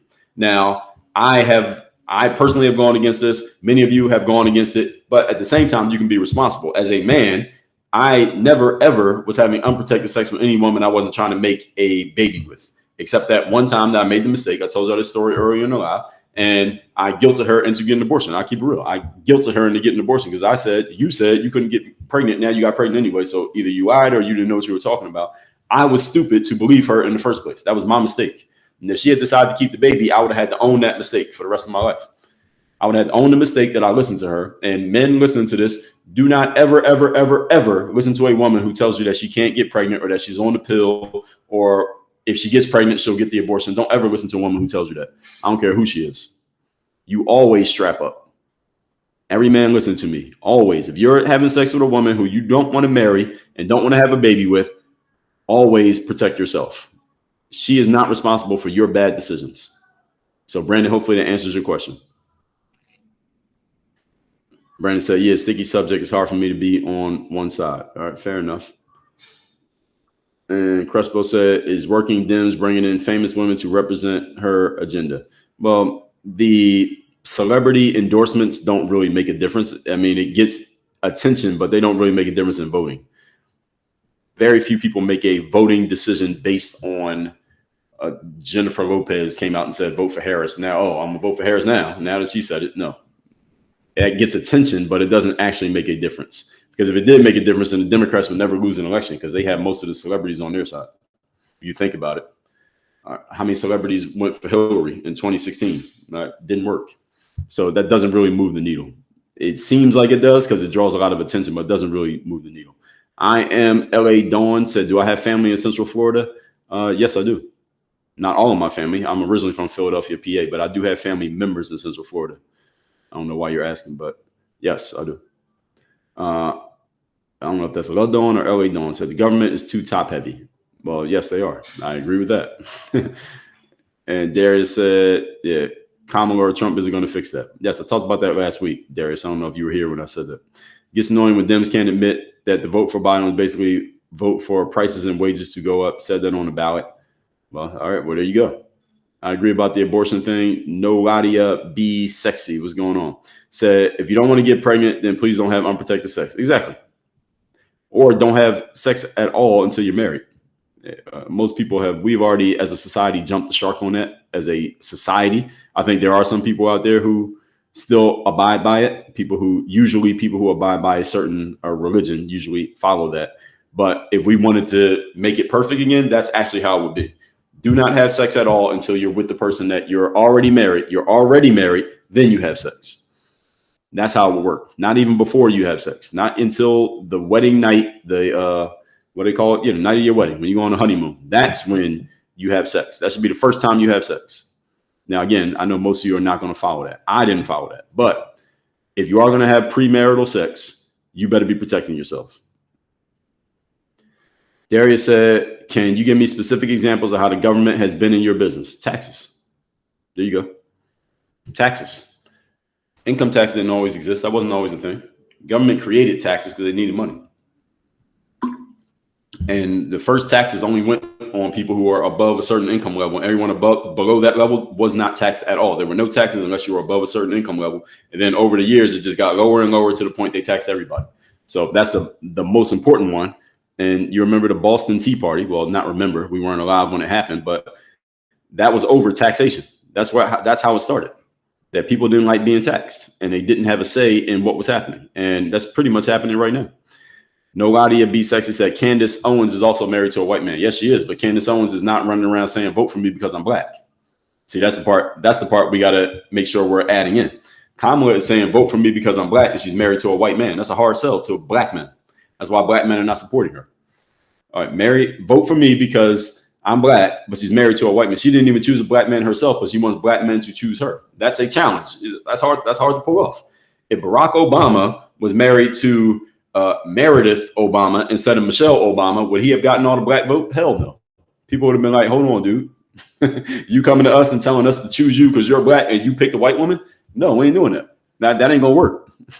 So Candace Owens can say it because Candace Owens ain't running for office, and I doubt she ever does. Or maybe she will. Let me not say that. But she ain't running for office right now, so she can do it. And she ain't asking you to vote for her. She's just saying, hey, I did some investigation. Listen to what I have to say. She's not asking you to do anything. Just listen to me. Kamala is asking you to vote for her. That's a bigger ask than just listen to what I have to say on a YouTube video. Let's see. Darius, be the boss of your own life. Darius, I don't know if you've been watching my lives, but I've been talking about this stuff for weeks. I've literally been talking about it for decades, actually. But on this cycle, I've been talking about this stuff for weeks. So maybe you didn't catch it. Shalisa Realtor said, we already have down payment assistance as well on a local level. Right. And we have an affordability crisis, not a housing shortage. Yeah. And Harris is talking about she's going to build 4 million houses. Didn't she say that? She's going to build 4 million houses with what? How's she going to build 4 million houses? Ain't enough workers to build 4 million houses. I don't know how she's going to do that. And so she says she won't be able to pass it. Yes, exactly. Yeah. So all the things, and Shalissa is bringing this up. And also to remind you all, anything that either candidate tells you that they're going to do if and when they win, they can't do it without the support of Congress. So if Congress says no, they can't do any of these things. So Kamala can't give you $250,000. She can't build 4 million. She can't do anything, these things unilaterally. She has to have Congress's support. And even if there was an all Democrat or all Republican Congress, still no guarantee that these things will work because the lobbyists are going to have their say. The Federal Reserve is going to have their say. And the numbers are the numbers. So all of this stuff doesn't quite make sense. Prince Sasia Asia says, what about when an abortion is medically needed to save the woman's life? Again, there's nowhere in the United States where that doesn't happen. There's nowhere in the United States where a doctor would not save a woman's life if necessary via abortion. There's nowhere that would not happen. There's no law that says, hey, there's an abortion ban in this state. Therefore, the woman's about to die. You can't abort. You got to let her die because you're not allowed to abort. There is no law on the books in any state of America that would allow that to happen.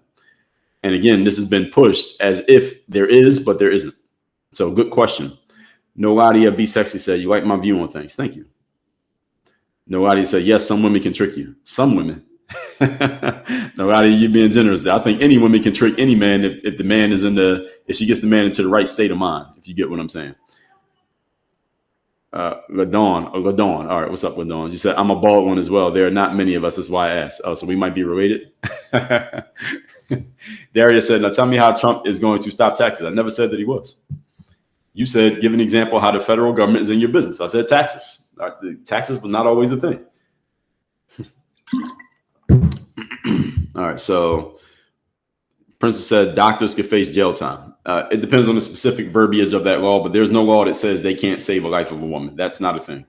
It depends on what's happening there, Princess Asia. All right, so TikTok, we are here. TikTok, I'm about to go through the comments here. All right. If you got a comment that I didn't see on TikTok, post it now so I can read it. It's too many. I got to just look at them as they come. JL said, everyone's saying vote blue, but I can wait till you get drafted. All right. What war are we going to? Well, it might be. You're right. If we go to war, it's probably going to be under Harris, not under Trump. Harris can't even say how she would pay for everything. Well, because she can't. Well, if she answered honestly, it would be, going to the Federal Reserve and getting money printed. That's a problem. Miss Gina said, nobody is changing their mind at this point. So I disagree. I think some people would change their mind, or some people will change their mind. Miss Gina, the biggest mind change at this point is going from not voting at all to actually going and voting. That's the biggest change. A lot of people think the change is one candidate to the other candidate, but the actual change, I'm looking at TikTok comments right now, the actual change is going from I'm not going to vote at all to now I'm compelled to vote and I'm going to vote for A or B. That's the actual change that happens at the end of the election. Those of you who already have a determined decision, I like Trump, I like Kamala, it's not about changing your mind. It's, again, taking undecided people and making them do something. Sandra said, you're going against your own self-interest. Well, Sandra, first of all, that would require you to know what my self-interests are. So that's a non sequitur, what you just said there, logical fallacy. Amy Lou said, Kamala literally has no plan for abortion, IVF, birth control, no plans. Yeah, we'll see. We'll see if she wins. Trump spent more than Biden. Well, they're all spending. That's the issue now is they're all spending. The issue is not about who spent more. Doesn't even matter anymore because inflation continues to go up no matter who is in charge. Taxes are structured to force policies, i.e. EVs, that nobody wants. That's one thing they're used for. I'm right about that. You're right about that. Mia said, first year voting. Congratulations. Who you vote for since you're pointing it out? Josh said, what do I like most about Kamala? I like that she has a persuasive campaign. I have to respect persuasion. She has a very persuasive campaign based around women's rights, even though it's a non sequitur. Most people don't think on the level that I think. So it's working to persuade people. So I had to give them credit for that. Charles said, am I voting for Trump? I'm not announcing who I'm voting for. I did a live 2 weeks ago, told you who to vote for. The answer was vote for yourself. Someone said, your own self-interest. What a cute racist comment. Please explain to me how that's racist. Like, tell me how vote for your own self-interest is racist and I'm black. Please explain that one. I'm here for that explanation. All right. Shelley in Texas said, Kamala can't do a damn thing about abortion. Abortion is not a constitutional right. Yes, correct. I agree on both points. Jenna says, spent on foreign aid, fact check, pretty sure Trump gave away less than Biden and Obama. It really doesn't matter. They're both giving away money. I mean, it doesn't matter who gave away more or less. The government has no money. They can't give away money. They ain't got any. The Federal Reserve is giving the money, folks. Don't put it on the president. The Federal Reserve gives the money. The president just asked them to do it. All right, so don't put it on Biden or Trump or Obama or whoever. The Federal Reserve is the one who prints the money. My daughter will vote for the first time. My congratulations. Spicy said you should do a live poll. Oh, they got live polls on TikTok? They probably do. Let me see if I can figure it out. Great job. You're going for 90 minutes. TikTok said that. All right. Persuasive for a smooth brain. LOL. Health Ball said, our income tax is legal and what can we do to change it? Yes, they are legal. What we can do to change it is revolt and refuse to pay. They can't arrest everybody, but we would have to get everybody on the same page. So there's your answer. All right. How are you going to do that? Cam in K-Town says, Kamala is reading scripts. She cannot be trusted to speak on her own. She does read scripts. That I agree with, but doesn't mean she can't win. She might still win. MC said, I'm going to stay and wait on the explanation. Yeah, I'm waiting on the explanation too. Mia said, I'm voting for Trump. Last election, I was most intrigued by Joe Jorgensen. Okay. Your vote, your choice. John said, am I an Eagles fan? Yes. I mean, I'm not a big football fan, but I want the hometown team to win. So when they beat the Patriots in the Super Bowl a couple years ago, I was happy to see that. Spicy said, what matters is the amount of money each candidate policies will cost. Why does it matter? Mark said, do the polls dictate who wins? Hell no. Hell no.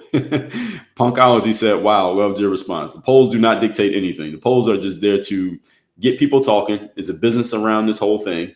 And same way that on sports shows, they had the people on there debating. Do they really matter? Do they determine the outcome of the game? No, but people pay attention to it. So it's just business. Sean Scott said, Trump for all Americans. I think there are a bunch of people who disagree with that, but I get what you're saying. Reed says, what you going to do all day when Trump loses tomorrow? What am I going to do? The same thing I'm doing right now. I'm going to do a live tomorrow. I don't know what I'm going to talk about, but I'll be here. Dre, I had to get to work, but I thoroughly enjoyed. Thank you. Whoever said that, I missed it. Adrian says, speak about it cuts off. Unity says, when she speaks, it's the big empty. Some people believe that. Fun Smith on illegals versus veterans. Adrian, that's a very good point. Very good point. The United States is giving more money to immigrants coming in, and they've given them legal status, so they're technically not illegal. That's another language game they played. Then they're given to the veterans. You are 100% correct about that one, Adrian. The issue is there's not as many people who care about veterans to get it to be a campaign issue, or at least a big issue. So I get exactly what you're saying. I'm 100% in agreement with you. Unity says she has no substance. I agree with that. I do not think Kamala has substance. Doesn't mean she can't win. Again, doesn't mean she can't win. Mia said, you're going to be at the concerts tonight at 6. I don't go to concerts, so I don't know who you're talking about. So no, I will not be there. Brenda said, you're revealing your vote by your comments. Okay, who am I voting for since I'm revealing it? Maria said, Trump Vance. Okay. Parties by me said, people act like life is not going to keep going no matter who wins. Well, people act like that. Nobody actually believes that. We all know. Adrian said, we have so many homeless here. Yeah, they're everywhere. You're right. You're 100% right. Issue is not enough people care. That's the problem. Marky Forcia said, got to go, but you're awesome. Thank you. Glad you're here, Marky. Ed So said, proof that books and a suit don't make you smart. You're right. Books and a suit don't make you smart. That doesn't mean I'm not smart, though. I think I'm pretty smart. At least that's what my mom always told me. Jakara said, I hear we are currently in Trump's economy and Trump was president in Obama's. Can you explain? Well, every president says that any success that the next president has was because of me, and any failure the next president has is because of them. All right, it's just games. It's just games that people play. So Obama, when Trump says my economy was great, Obama says, well, that's because of me. But anything bad that happened during Trump's presidency, Obama will say, well, that's because of Trump. So it's just a game. They all do it. Someone said, if you're a Sixers fan, Paul George makes his debut tonight. I don't give a damn about Paul George. I want the Sixers to win. I want the hometown team to be successful. But problem with the Sixers, they have no leadership. Joel Embiid is not a leader. Paul George is not a leader. Tyrese Maxey is not a leader. So they're all very good players, but the Sixers ain't going nowhere. Not with those guys. They have no leadership. Joel Embiid is not a leader. He ain't playing any games. They ain't going anywhere. They're going to lose in the second round if they're good. They'll lose in the first round if not. That's as far as they're going. Harris can't change the Supreme Court decision, right? Correct. Krista in Houston, president cannot change Supreme Court decisions. Only the Supreme Court can change Supreme Court decisions.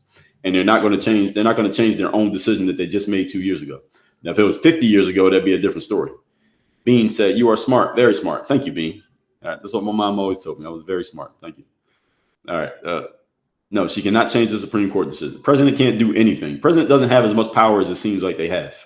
So they take credit for shit they didn't do, and they blame other people for stuff that they didn't do.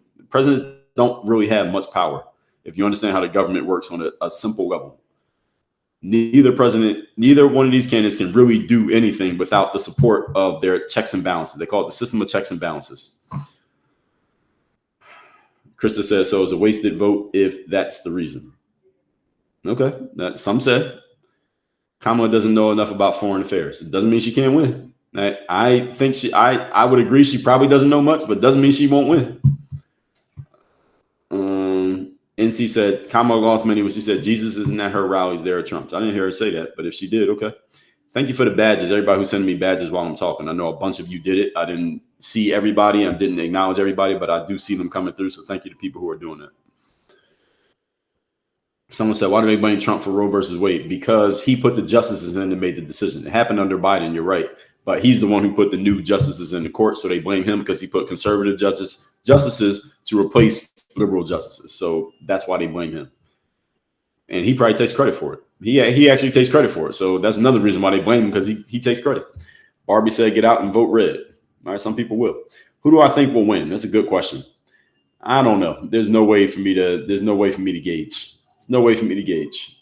I think it'll be a whole lot of things to talk about no matter who wins.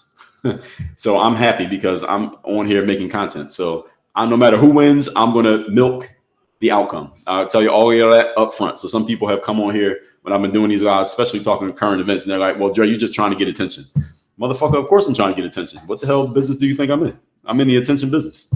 Of course I'm trying to get attention. So I will milk whatever the outcome is. If Trump wins, I'm going to milk that. If Harris wins, I'm going to milk that. And if we don't know the outcome for another 3 months, I'm going to milk that. All right. So whatever happens, I'm going to milk the result. All right. I am trying to get attention. In case anybody was wondering, if you're thinking about throwing that out there as an insult, good. I am trying to get attention. So I will be talking about whatever happens. Okay. Anybody unclear on that? Now you know. All right. So did I say the Harris campaign reached out to you this morning?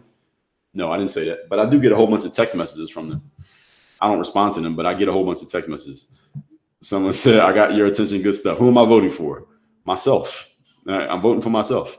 Krista said, am I a lawyer? No, I'm not. A lot of people think I'm a lawyer, but I'm not a lawyer. I'm a business consultant. I own my own business. So I help business owners and entrepreneurs launch, run, and systematize their businesses. That's what I help people do.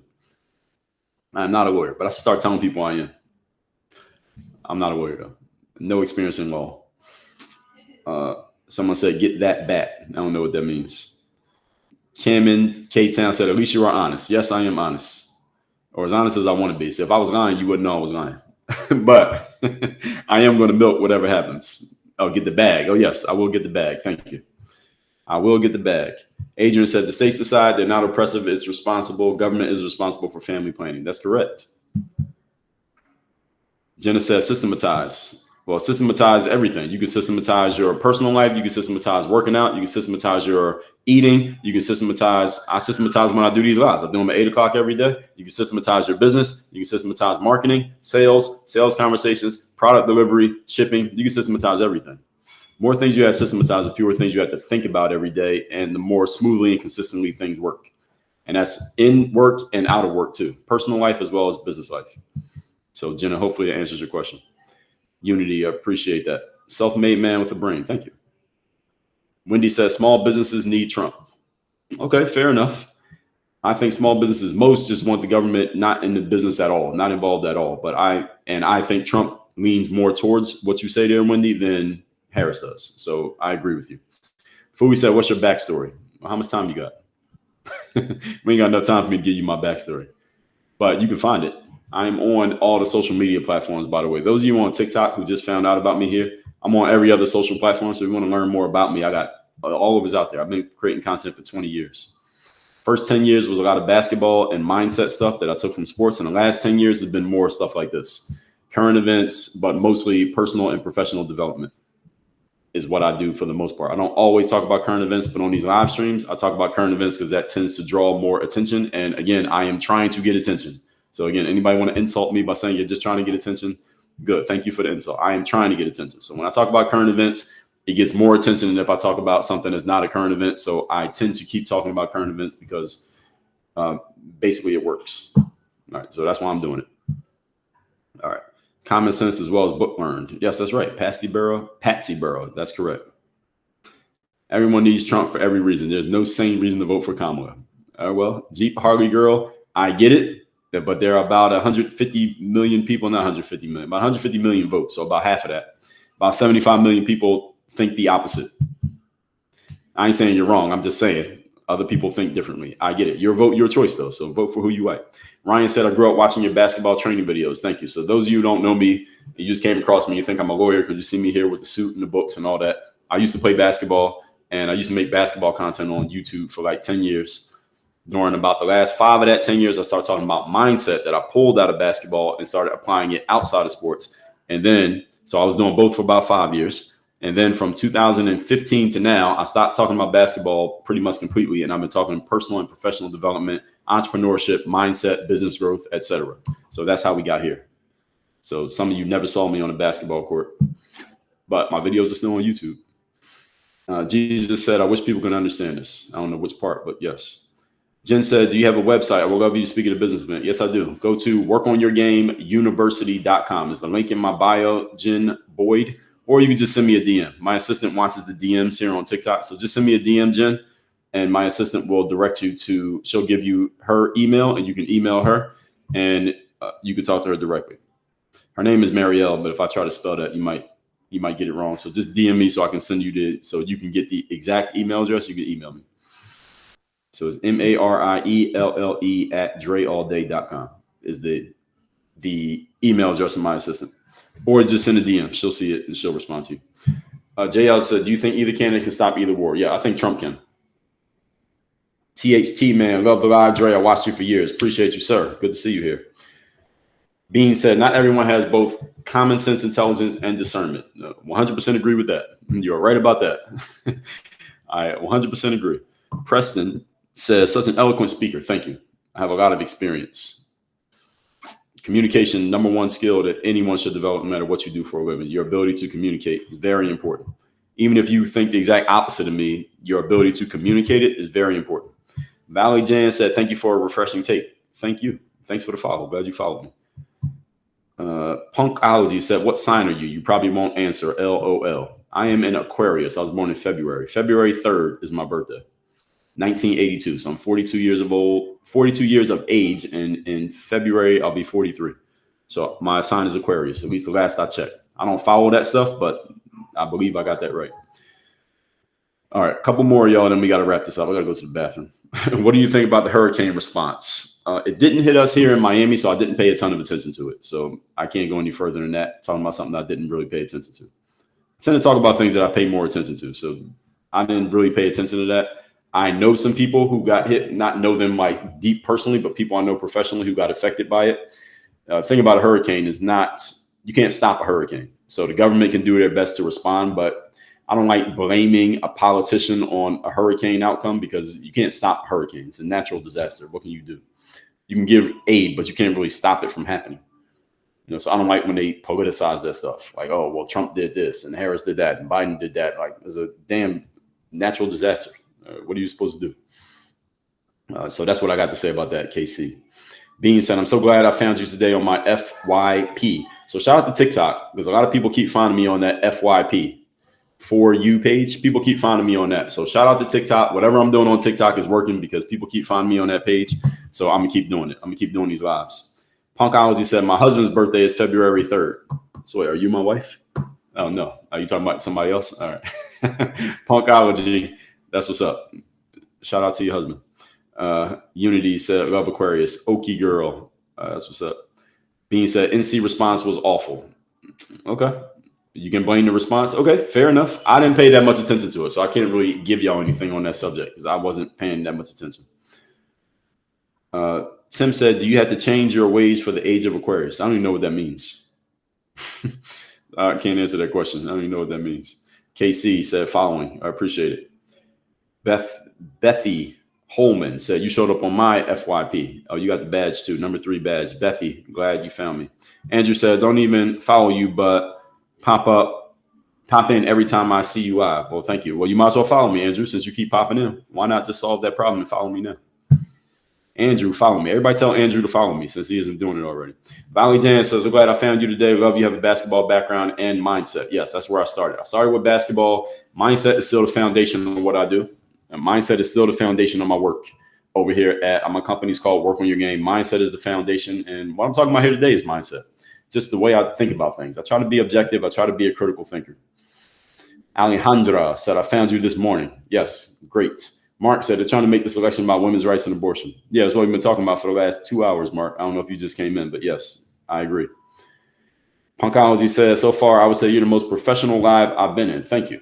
I take pride in being professional in what I do. Professional means people know what to expect from you, and you generally deliver on that expectation. So I take that as a compliment. Thank you. Jen Boyd sent the rose. Thank you for the rose. You got the number 3 badge. Blondie Fox, thanks for sharing. Milf Shake, thank you. Yes, follow me, Andrew. Bean said, I follow and everyone should. Smart man here. Thank you. Okay. Mindset by Carol Dweck. Yes, that's a foundational book on mindset. I wish I had written that book. What made you take the higher road to talk to the 20% instead of the 80%? What do you mean by that, Kay? Mia said, do you have any criticism of Trump's policy plans? Well, I haven't said anything about either one's policy plans because I don't really pay that much attention to the policy stuff. I just pay attention to the persuasion and the salesmanship.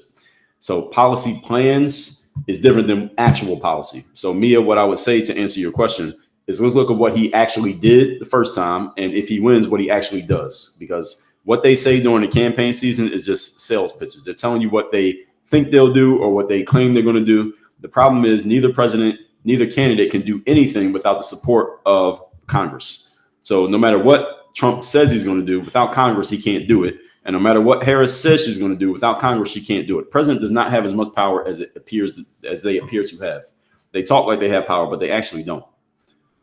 They can propose things, but without Congress, they can do absolutely nothing. So that's my answer to your question there about his policy plans. Plans don't matter. I want to know what you actually do. And that applies to both candidates, by the way. Bethy got the number 1 badge. Bethy moving up in the world to that number 1 badge. Thank you, Bethy. All right. I answer a couple more questions, y'all. Then I got to go because I have to go to the bathroom. I've been sitting here for 2 hours and I drink a lot of water. I work out first thing in the morning. I've drank a lot of water so far here today. I went to the bathroom before I started, but it's been 2 hours and I got to go to the bathroom again. So I usually take these about 2 hours. Let me tell y'all one last thing. Actually, a couple last things. I tend to get it to explaining things. So I started doing these lives as like 30 minutes. I would literally give myself 30 minutes to do these lives. Then sometimes when I talked about a subject that I got enthusiastic about, I would go an hour. And since I've been doing current events for like the last 3+ weeks, I've been doing like 2 hours. So these lives just keep getting longer and longer, but y'all are engaging. That's why I keep talking to y'all. So that's why I keep going. So Chuck said, not true. There's something called executive orders. Okay, Chuck, I'll give you that point. There are some things they can do by executive order, but they can't do everything by executive order. So you're right about that, Chuck. I'll give you that point. Be watchful on election night from 1 a.m. to 5 a.m. Yeah, Vinny, I get you. You're right. Kay would say, would I ever consider doing NBA commentary? You have lots of insights on the game as a former pro. Yes. The thing is, Kay, I'm not as deep in the basketball world anymore as I used to be. And most of my clients are entrepreneurs and business people. So I tend to talk about what they're interested in because those are the people I'm talking to these days. So I would do NBA commentary, but I like talking about this stuff even more. This is better. I like this more than I like talking about the NBA. And that would also require me to actually follow the NBA. And NBA games usually happen at like 8 o'clock at night. And I tend to go to bed early. So it wouldn't really make sense. Unity said, how tall am I? I'm 6 feet 4 inches tall. In the metric system, I'm 193 centimeters. Louis said, what would it take for someone as young as you to run for president? You speak with knowledge. What would it take? I would never run for president. I would never run for any type of government position in America. The politics here in America is a nasty game. I would never get in this game. Super nasty. And on top of that, more importantly, you have to lie to be a successful politician. You cannot succeed in politics in America without lying. Trump has a lie. Harris has a lie. is if I told people the actual truth. The truth means I got to tell you the good part and I got to tell you the trade-off. Everything in life has a trade-off. So if I told you that I'm going to cut taxes, well, the trade-off is there's going to be something that you don't like. You like the fact that I'm going to cut taxes, but I got to tell you the other part. I had to tell people the truth. I like telling people the logical truth. I don't like lying to people or misleading them on purpose. So if I told people the actual truth, I would never win an election. I would lose every election. Because as soon as I start telling you the truth, the people who like me when I told you the good part, you would dislike me when I told you the bad part, and it'd be over. So my career would end before it even started. So to answer your question, who person who asked me that question, that's why I couldn't be in politics. I would never win. Because you have to lie to people. Harris is lying, Trump is lying. They're both lying. Someone said an amendment about January 6th. I don't know what the amendment is. Vivian said, love your talks. Thank you for honesty and insight. Also from Philly. Shout out to Philly. Yeah, thank you. And thank you for loving the talks. Yes, politics is super nasty here in America. You have to be a pathological liar to be successful at the federal level. Now, I'm not talking about if I ran for like city council. I could do that honestly. Like city council, maybe even mayor. Probably not even mayor. In a big city like Miami, you probably got a lot to do that too. But federal level, like president, Congress, those people, oh, you got to be a liar. You got to be a liar all day to be successful. Coco said Elon is telling the truth. All right, about what? Coco said lies by omission. Yes. Oh, they lie by omission and they lie by commission. They'll straight up lie to your face. They lie both ways. Tony said what you're talking about won't matter soon. Oh, yeah, well, because whoever wins, I'm going to just talk about them. See, no matter what happens, there's something to talk about. There's always a current event. If Trump wins, I'm going to talk about Trump. If Harris wins, I'm going to talk about Harris. So, yes, what I'm talking about will matter. It will always matter. Manny said, who's the bigger liar, Trump or Kamala? They are both equally liars. The difference is when Trump lies, the Harris campaign puts a whole lot of attention on it because Trump has a lot of people who really don't like him, like seriously don't like him. We could even go as far as say it's hate him. So people take every single word Trump says and they dissect it. People don't do that to Kamala. So it seems like she lies, quote unquote, less, but they're both lying in equal amount. Trump just has more haters than Kamala has. Kamala has people who don't like her, but they don't hate her.